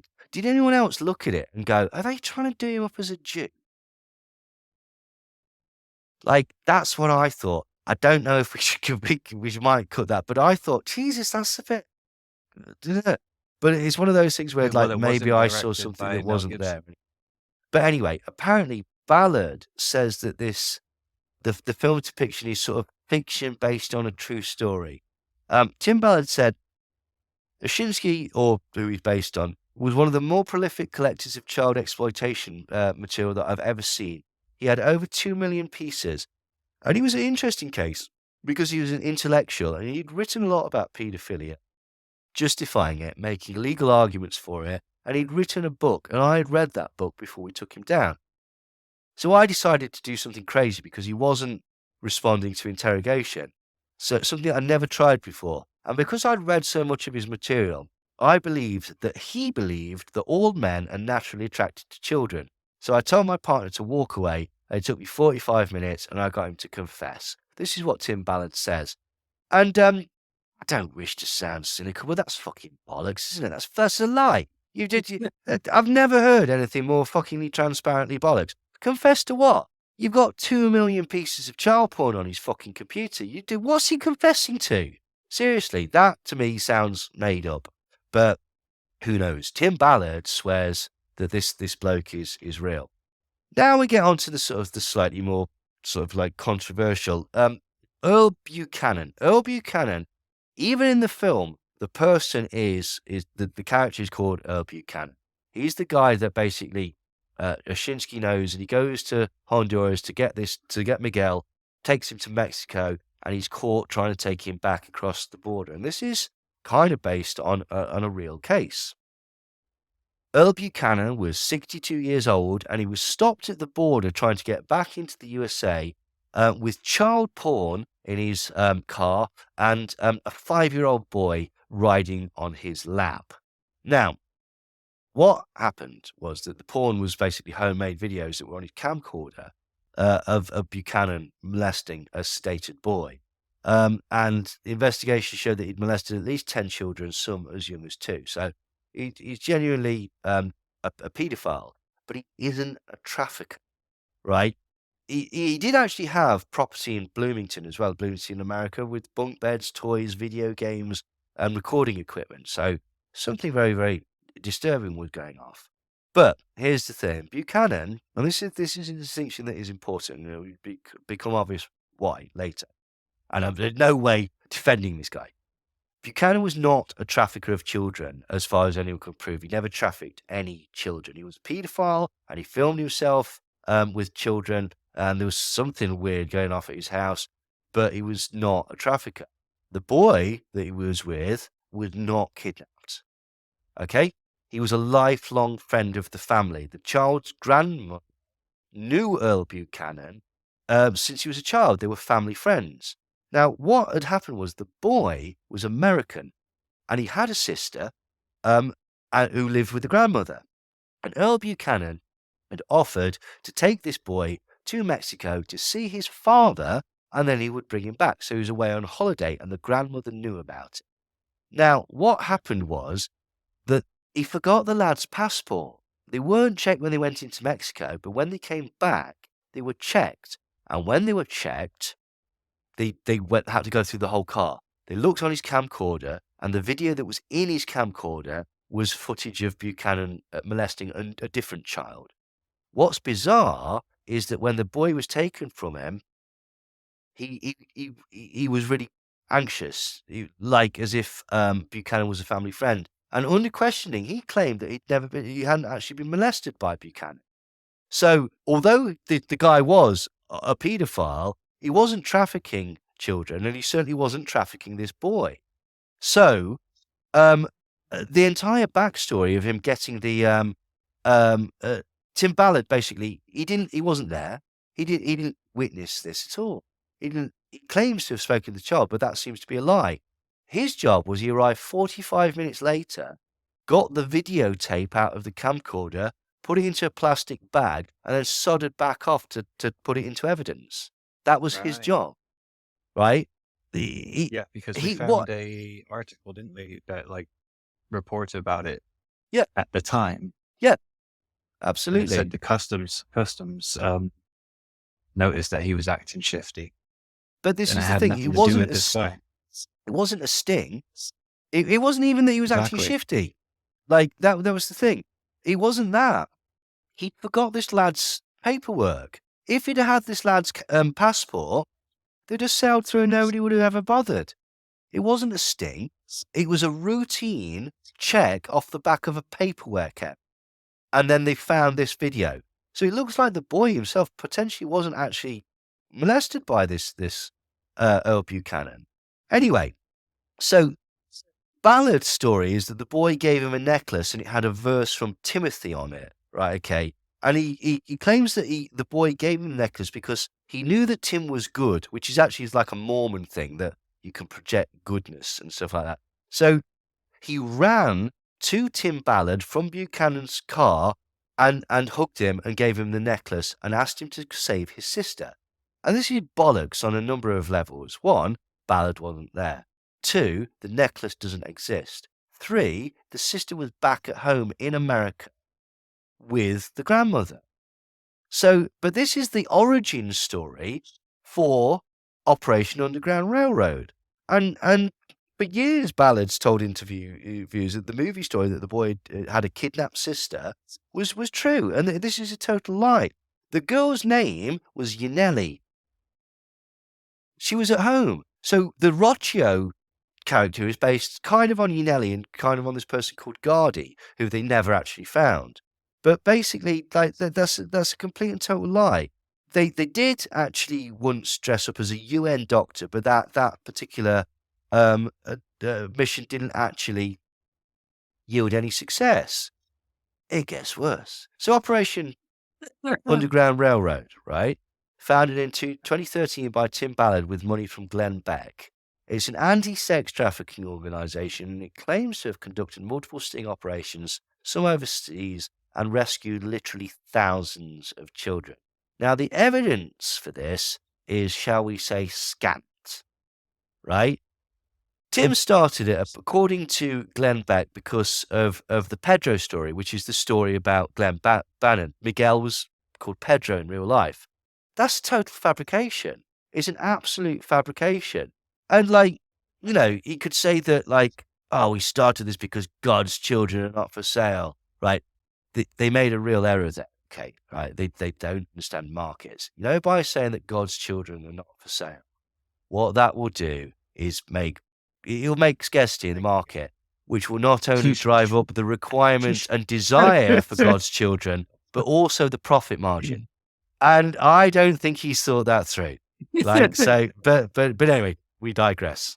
So anyway, so in 2014, this is true. The Operation Triple Take happened, and Operation Underground Railroad was actually involved, but it was an HSI operation.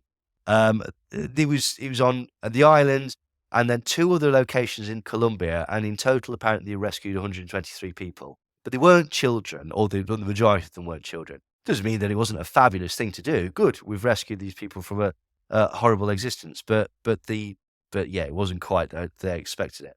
Now, here's an interesting thing.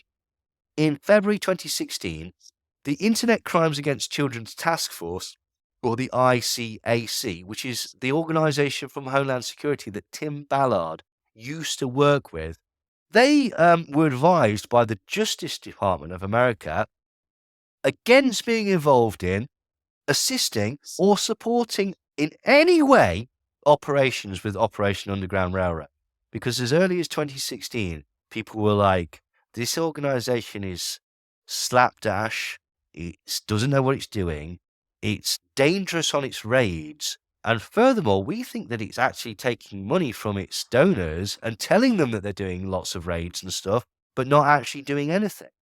So it's also been described as a QAnon adjacent, because Ballard has spoken about adrenochrome Q, the Wayfair conspiracy. He said in an interview that Wayfair, you know, the concept that basically that set of drawers costs £9,000. It's not an error on the computer. It's because you get a child in the drawer.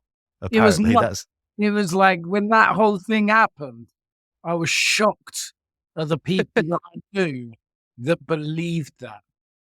Well, if you think of the intelligence of the average person, then you realise that the majority of those people are fucking stupider than that. They're like, I feel like this is the the way that point. people But picked it here's up, the thing. though, like, the way that people picked that up was very akin to urban legends. Yeah. Like people will believe Slender Man or something like that just off the bat because a bunch of people are talking about it. So I felt like edibles, or raisins Wayfair in definitely candy, had or that sort of, thing. edible sweets. Like, who the fuck's wasting the sweets like that just to watch a load of kids whitey in the street? Bollocks! I'm not doing that. Like, anyway, Tim Ballard would disagree with you, Greg. Tim Ballard said, "Trust me, I know that is how children are trafficked." That's an exact quote. He's a prick. He's obviously talking bollocks. but yeah. But he also defended. He believes in QAnon, but he also defended like even the wackier aspects of it. And he said to the New York Times that the good thing about QAnon is that some of these theories have allowed people to open their eyes to what's really going on. And again, this all sort of played into the marketing and stuff like that. In 2020, Vice had a story. There was famed anti-sex trafficking group has a problem with the truth. And they identified a divide between the group's actual practices and some of the claimed successes. What we found aren't outright falsehoods, but are a pattern of image burnishing, mythology building, and a series of exaggerations that are, in the aggregate, quite misleading. And the article states that basically complaints had been recently received in Utah about Operation Underground Railroad, and that's where it's based. And this has been considered as early as 2016, 2017, because basically what they're suggesting is that they're misleading donors. They're taking huge amounts of money and telling people that they're doing these operations and even reporting successes, but then caveating that with, we can't actually give you any of the details of this because we don't want to reveal the identity of these children and stuff. They've been traumatized enough. But trust us, G. Like, we've been out there and we've rescued 58 kids this week. Like, it's literally that sort of level of like, trust me, bro. And they take in a huge amount of money, like millions and millions of dollars, basically. Like, but it's not a con, according to Tim Ballard. So we shall go on. But it sounds like the whole thing is just a grift. And this guy's it does sound like that, doesn't it? Yes, there may be a reason that it sounds exactly like that, which is that it may well be that. Like, if it looks like a duck and it sounds like a duck, like, but who knows, Greg? Let's find out. So anyway, basically, like, previous employees say that basically it's very rare for them to actually do anything other than filter donations to other charities that do rescue children. So what they'll do is they'll take, let's just say hypothetically, they'll take £1,000 off of you and we'll give £500 to this organisation that actually does deal with child trafficking. What happens to that other £500? Who can say? That is the accusation that has been levelled against them, basically. Now, federal and state agencies that should have connections to Operation Underground Railroad, if they're this international trafficking thing, there's loads of organizations out there that already deal with that sort of thing, right? Okay. Not a single one of them has any knowledge of Operation Underground Railroad, which is bizarre because if they are in all of these different countries and have all of these sort of success stories, you would expect them to have rubbed shoulders potentially with the people that are already doing that there. But so they say that basically federal and state agencies that should have connections to Operation Underground Railroad, if they were considered legit, simply do not exist. Other relationships are massively overplayed. For example, Washington State Patrol, which they claim to sort of work with, all that happened was that basically Operation Underground Railroad sent them $200,000 over the years. And to be honest, the State Department in Washington has a budget in the billions. So that's nothing. It's like pissing in the ocean, essentially. And the State Patrol themselves have said that any associations with Operation Underground Railroad were not worth it due to other considerations, basically. So all the people that they claim to be aligned with don't really seem to actually support this. It claims to work in 26 countries, but provides absolutely no details of who it works with. And traffic charities and aftercare organisations that do work in the countries that they claim to work in have no knowledge of them. So the question is, where is the money going? Now, one of Operation Underground Railroad's success stories is a story of a girl called Liliana, who was... Now, this is what Ballard's story is, and he's used this several times to tap into the MAGA crowd and say that this is a reason why the wall should be built at the border. Ballard's story: 13-year-old Liliana. Sometimes he tells the story that she's 11, sometimes she's 12, but she's never older than 13. Liliana was kidnapped from Central America and trafficked over the border and taken to New York, where she was raped 40 times a day, but she was rescued by Operation Underground Railroad. Stings.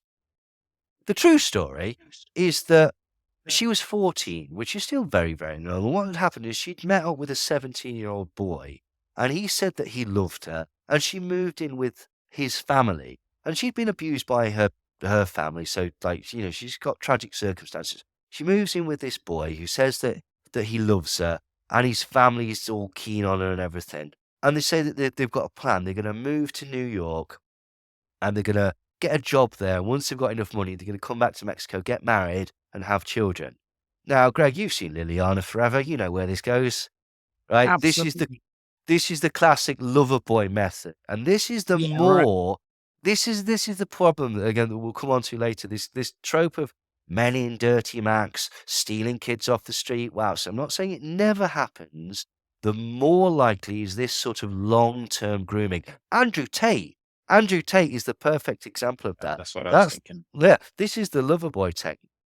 So what actually happened was they decided to move to America, and the second that they basically did, now here's the other thing, okay? They tried 3 times to get over the border and got caught twice. Like the third time, they got into Arizona, and they made their way to New York. And the second they got to New York, this lad all of a sudden decided he wasn't so keen on this girl. He locked her in an apartment, and he basically coerced her to doing sex work. Now, she was there with a lot of other girls, and she was expected to see 15 to 20 clients a day. All of this is horrible, right, okay? But you'll notice that Tim Ballard has unnecessarily lied. He's made her younger. He's lied about her being kidnapped. He's lied about how they got across the border. And he's lied about the circumstances. Did Operation Underground Railroad, did they rescue this girl? Did they? Bollocks. No. This girl very bravely, she wasn't rescued by anybody.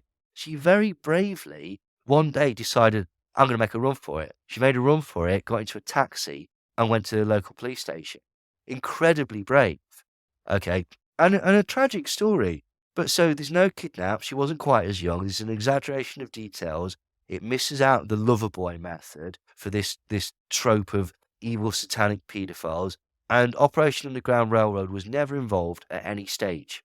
This is this and the Pedro story are the stories that Operation Railroad use to show that they are a legit organization.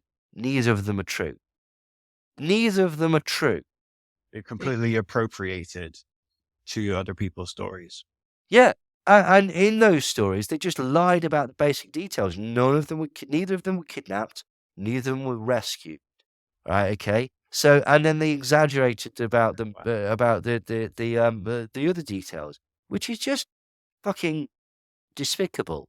And Glenn Beck has repeated that story as well, as far as I know. It's like the film is an extension of this guy's ego. Yes, precisely. Everything it's about is just fabrication.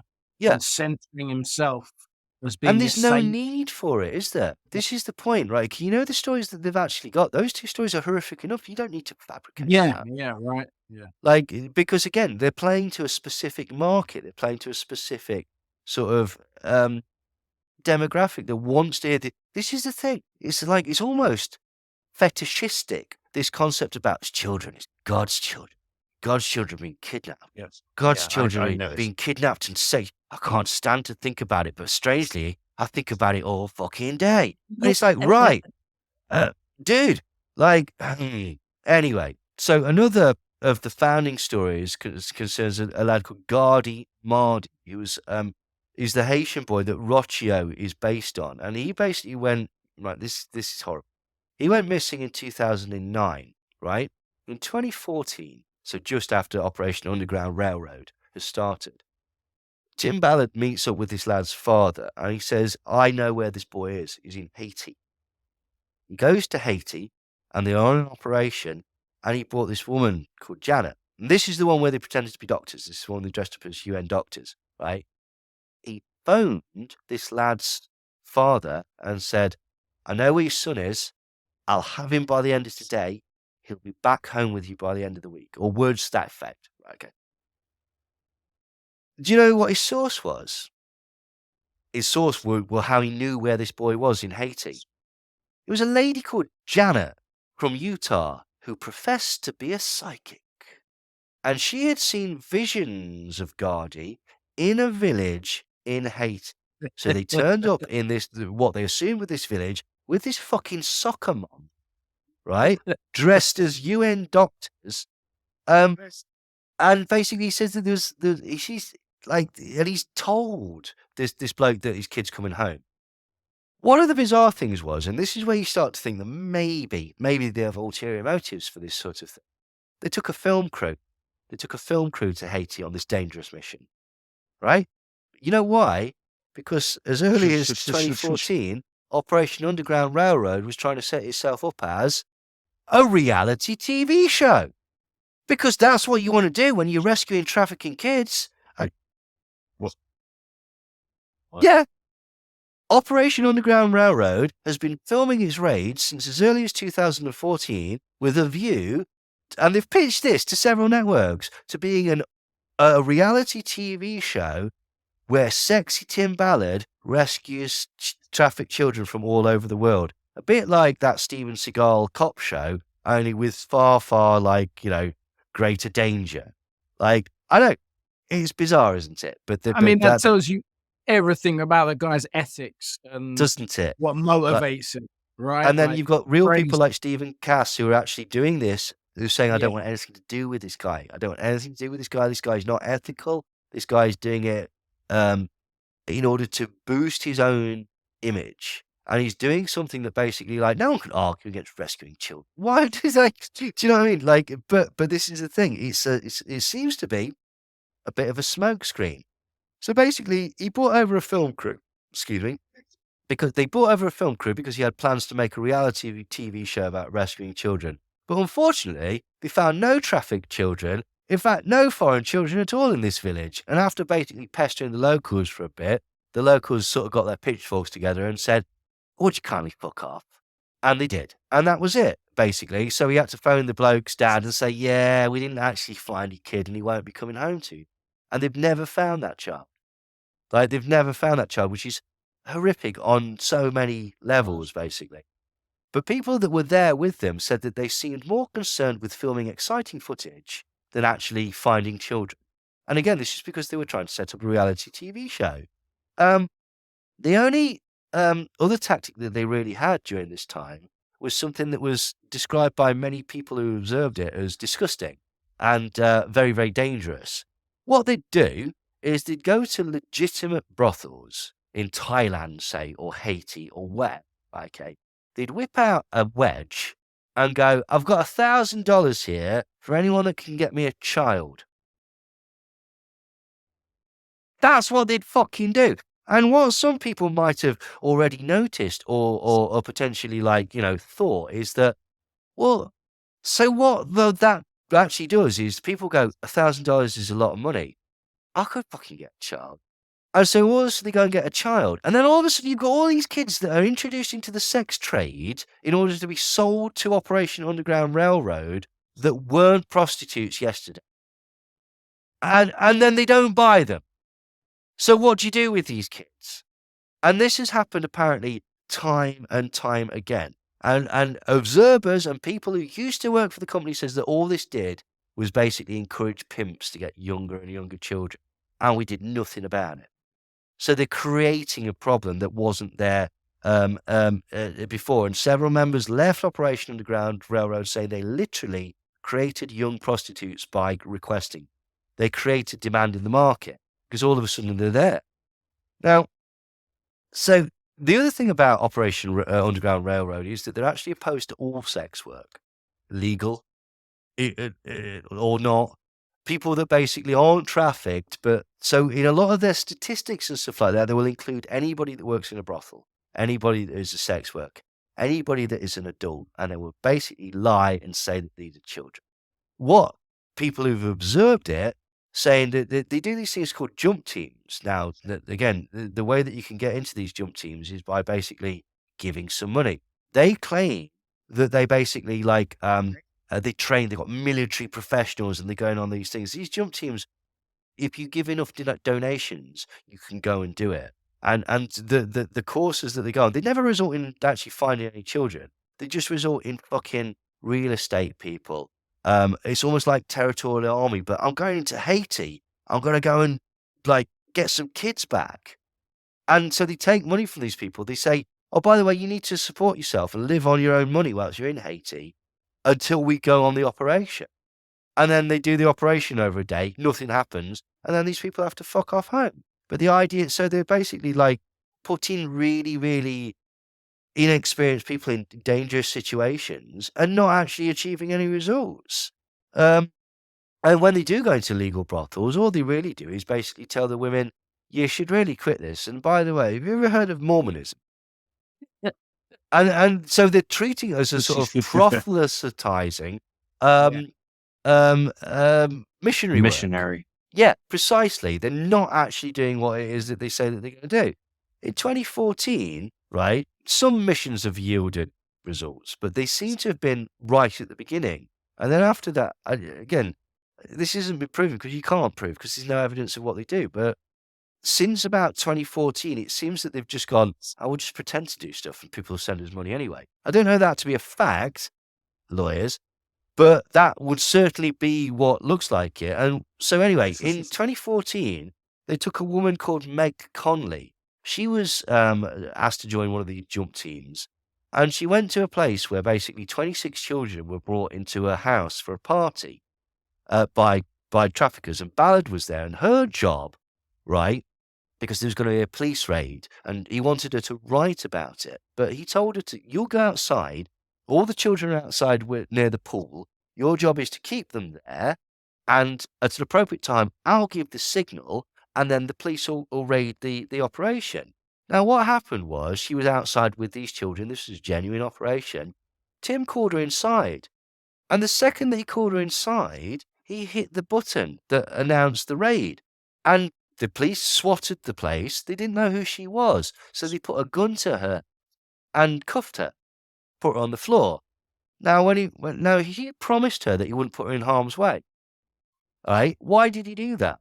Because she's a writer. He wanted her to write a book about him and to have all the juicy details. So he purposely put her in a dangerous situation so that she would have first-hand knowledge of that. Now, according to Anne Gallagher is one of the world's leading experts on human trafficking. She says, Operation Underground Railroad's raids show an alarming lack of understanding about how sophisticated criminal trafficking groups must be approached and dismantled. Operation Underground Railroad's operations are arrogant, unethical, and illegal. And so she just simply doesn't really she doesn't rate them at all. Now, there's also been criticism of the film. Right now, the criticism has come from other trafficking organizations. And even the studio, Angel Studios itself, admitted that there's certain factors which are fiction, like he didn't kill anyone, etc., etc., etc. However, and this, I forget exactly the organization, but this was in the USA Today. Sound of Freedom misleads audience about reality of human trafficking. Depictions of child trafficking and rescue tactics are highly sensationalized, misleading, and do more harm than good. Contrary to what is shown in the film, most child trafficking victims know and trust their traffickers. They are not kidnapped by shadowy strangers from street corners. A Baylor University study found that less than 10% of child trafficking cases involve kidnapping. By highlighting false narratives and reinforcing inaccurate stereotypes, we condition ourselves to be on high alert for things like windowless vans and we fail to notice actual signs of exploitation. In doing so, we may miss the economically and socially vulnerable young person lured into trafficking by offers of meals, shelter, or companionship. And they also point out that the average age of a trafficked child is 12. And again, we were saying earlier that the film and QAnon itself have this sort of weird fetishization of far, far younger children, basically, because again, it ties in. It's more sinister. It just ties in with things that they say. Now, has anybody else criticized the film? Yeah. Criticized the film quite heavily. Operation Underground Railroad. That's embarrassing, isn't it? The organization that Tim Ballard set up has massively criticized the film. They also kicked Tim Ballard out of Operation Underground Railroad for reasons that we shall come on to shortly. This is on the Operation Underground Railroad's website. This story, talking about Sound of Freedom, depicts what human trafficking typically looks like. This is false. At the first of the film, it shows security camera footage of several different kidnappings. This is real footage, and while this type of human trafficking exists, it isn't the majority. When we hear the phrase sex trafficking, our minds often picture dusty, dark alleyways in foreign countries where orphan children from the streets are kidnapped, exploited, and sold. And that is a horrific reality, but it is also important to understand that sex trafficking is not just a foreign issue, but an acute domestic concern within the USA that is ever increasing. According to the National Center for Missing and Exploited Children, human trafficking is reported in all 50 states of the United States. Predators are soccer coaches, trusted teachers, neighbors, aunts, and uncles. The film also depicts children in shipping containers. It is important to know that Hollywood took creative license on portraying the different ways children can be trafficked. While cases can exist where children are transported in various vehicles, most trafficking happens through a manipulative grooming process. Sound of Freedom illustrates this well in the child modeling scenes where children, and sometimes parents, are led to believe that they can make money from modeling and receive food if they come to a house, or receive love if they become the trafficker's boyfriend or girlfriend, and it ends in sexual exploitation or trafficking. So that is a legitimate criticism that's been leveled at the film, that it oversimplifies stuff. It plays to this sort of these tropes that just so happen to tie in with the silliness of QAnon and stuff. Now, that's not the worst thing about Tim Ballard and Operation Railroad. As some people might know, certain people connected to the film were, slightly ironically, accused of sexual exploitation and even the kidnapping of children. Was this true? Well, the first thing that happened was there was a chap called Fabian Marta, who's 51, and the story that went around was he helped finance Sound of Freedom. He was a producer on the film, and he was arrested for child kidnapping. And this really sort of people sort of took quite great pleasure from this, like on the internet, because it was like ha, you silly QAnon sots. But in the interest of honesty, because we are honest here, he wasn't a producer on the film. He donated $500 as part of the crowdfunding thing. There's over 6,000 people that donated money towards it, and he was one of them. So he really wasn't involved in the film at all, other than on a very, very basic level, despite boasting about it on Facebook, saying that he helped finance the film, which is fair enough. But also, he didn't kidnap a child. A, he was found not guilty, but B, he didn't actually kidnap a child. It was a total misunderstanding. What happened was this bloke, Fabian Marta, totally innocent, accused of kidnapping a child. He owns a series of flats. And in one of the flats, the woman that lived there got into a dispute with her ex-husband about rights to see children. That was it. And the press got it completely wrong. So this poor sod was pilloried, and his photos everywhere. And I was looking at it, and still people to this day are like, producer for a QAnon film actually is a child trafficker himself. It's like, no, he wasn't. Poor sod was completely innocent. However, the executive producer of Sound of Freedom, Paul Hutchinson, was accused of sexual groping of a 16-year-old. And this is on film, because as I told you, they were trying to do a reality TV show. So they filmed all their aides, right? Okay, up until about 2016. And on this film, he can be shown groping the breasts of one of the traffic victims that they find in one of these raids. What? Yeah, which is not on. Okay. Now, in his defense, Paul Hutchinson has said that she was 18. What? Now, that's not much of a defense, I'll be honest. So it's not sexual assault of a minor. It's just sexual assault. Anyway, like this was actually investigated by the FBI, but because essentially like they don't know who this girl is, and you know they can't explain the circumstances, there's no pursuing of that. So he wasn't actually found guilty.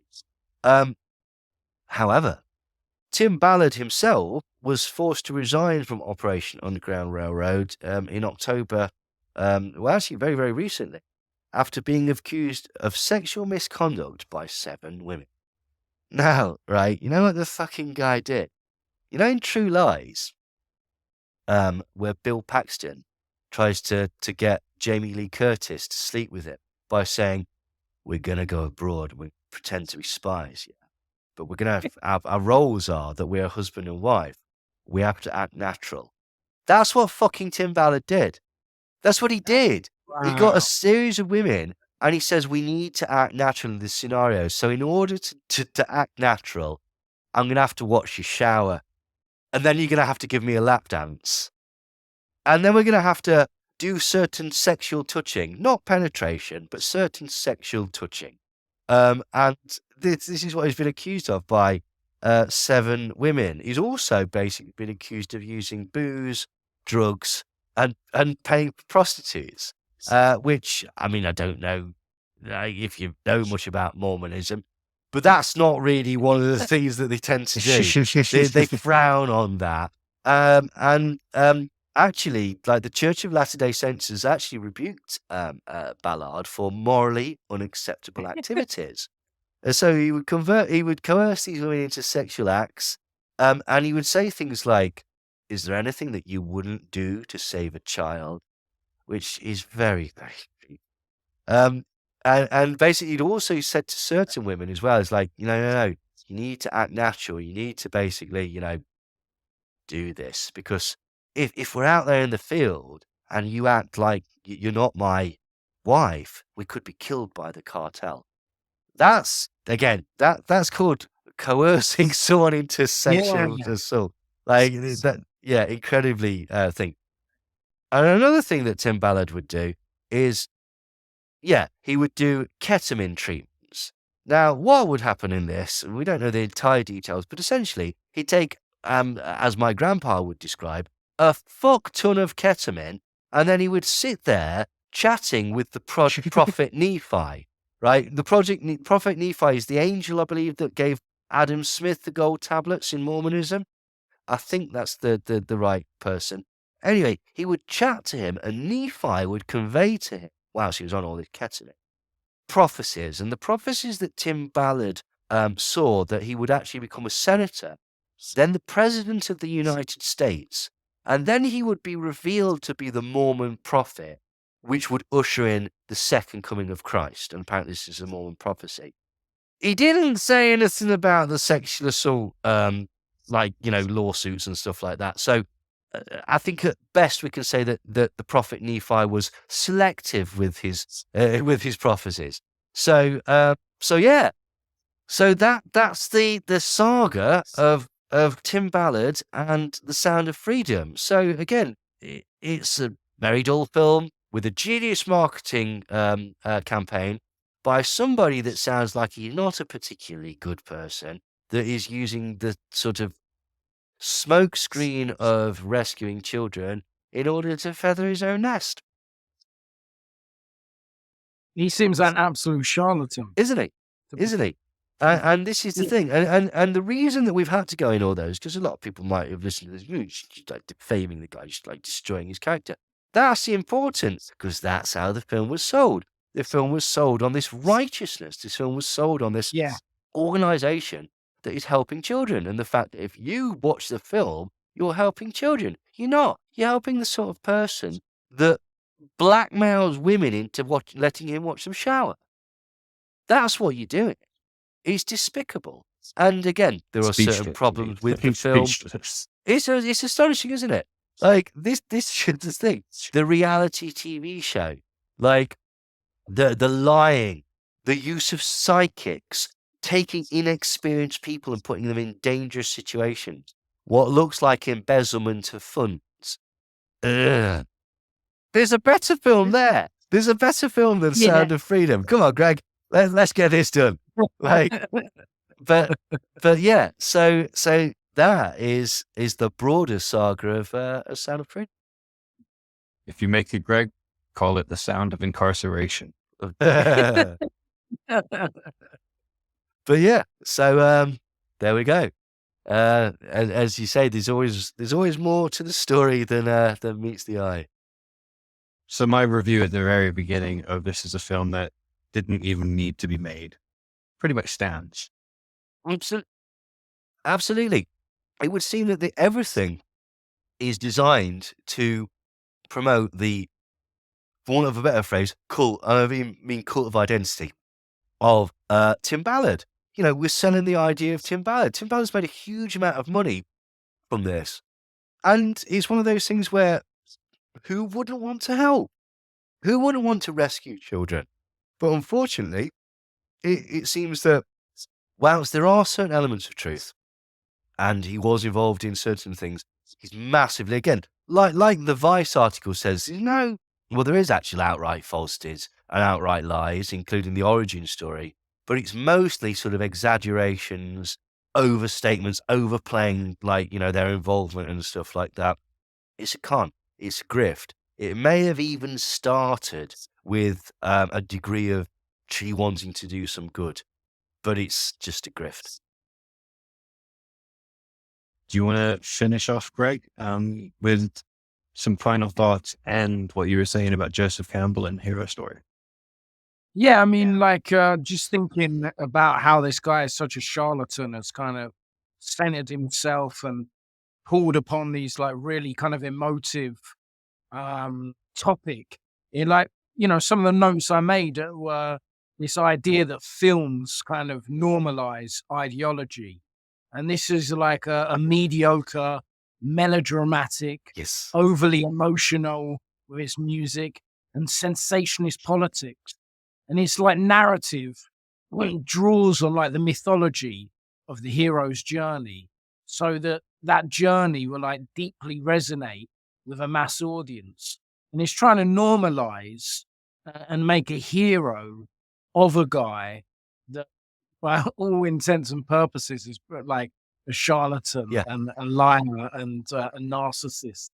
And, it really doesn't do any help to the cause of stopping child abuse and trafficking, because it plays towards this much more bigger international conspiracy rather than how real kind of abuse happens. So it is absolutely sensational and does push a moral panic.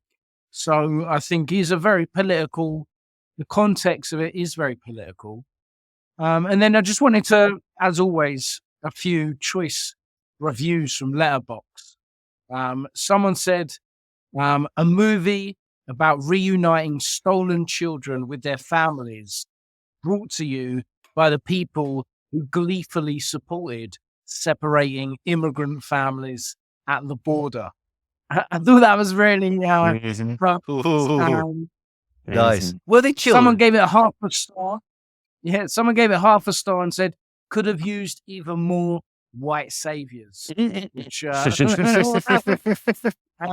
then the last one, someone this was a beautiful turn of phrase. They said the way people were walking out of the theater, you'd think it were one of the Schindler's List viewings for Holocaust survivors, rather than a conservative Christian action film. Yeah, spot on. So I think that perfectly encapsulates the context. So yeah, they're my thoughts on it. Spot on. I think that's it. I think that's the way to end it, man. In a time of mass information, in a time of mass propaganda, in a time of echo chambers and mass debates, Who can you trust?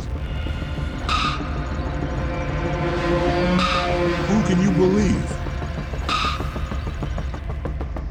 Who knows the truth? And who will dare call it conspiracy?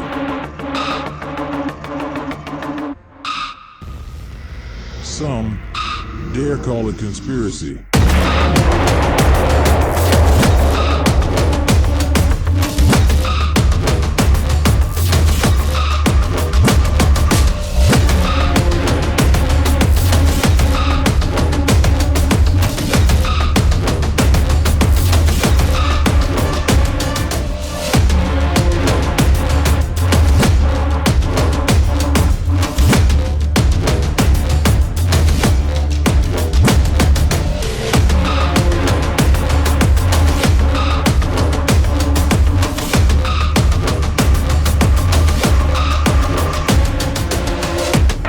Starring Neil Sanders and Brent Lee.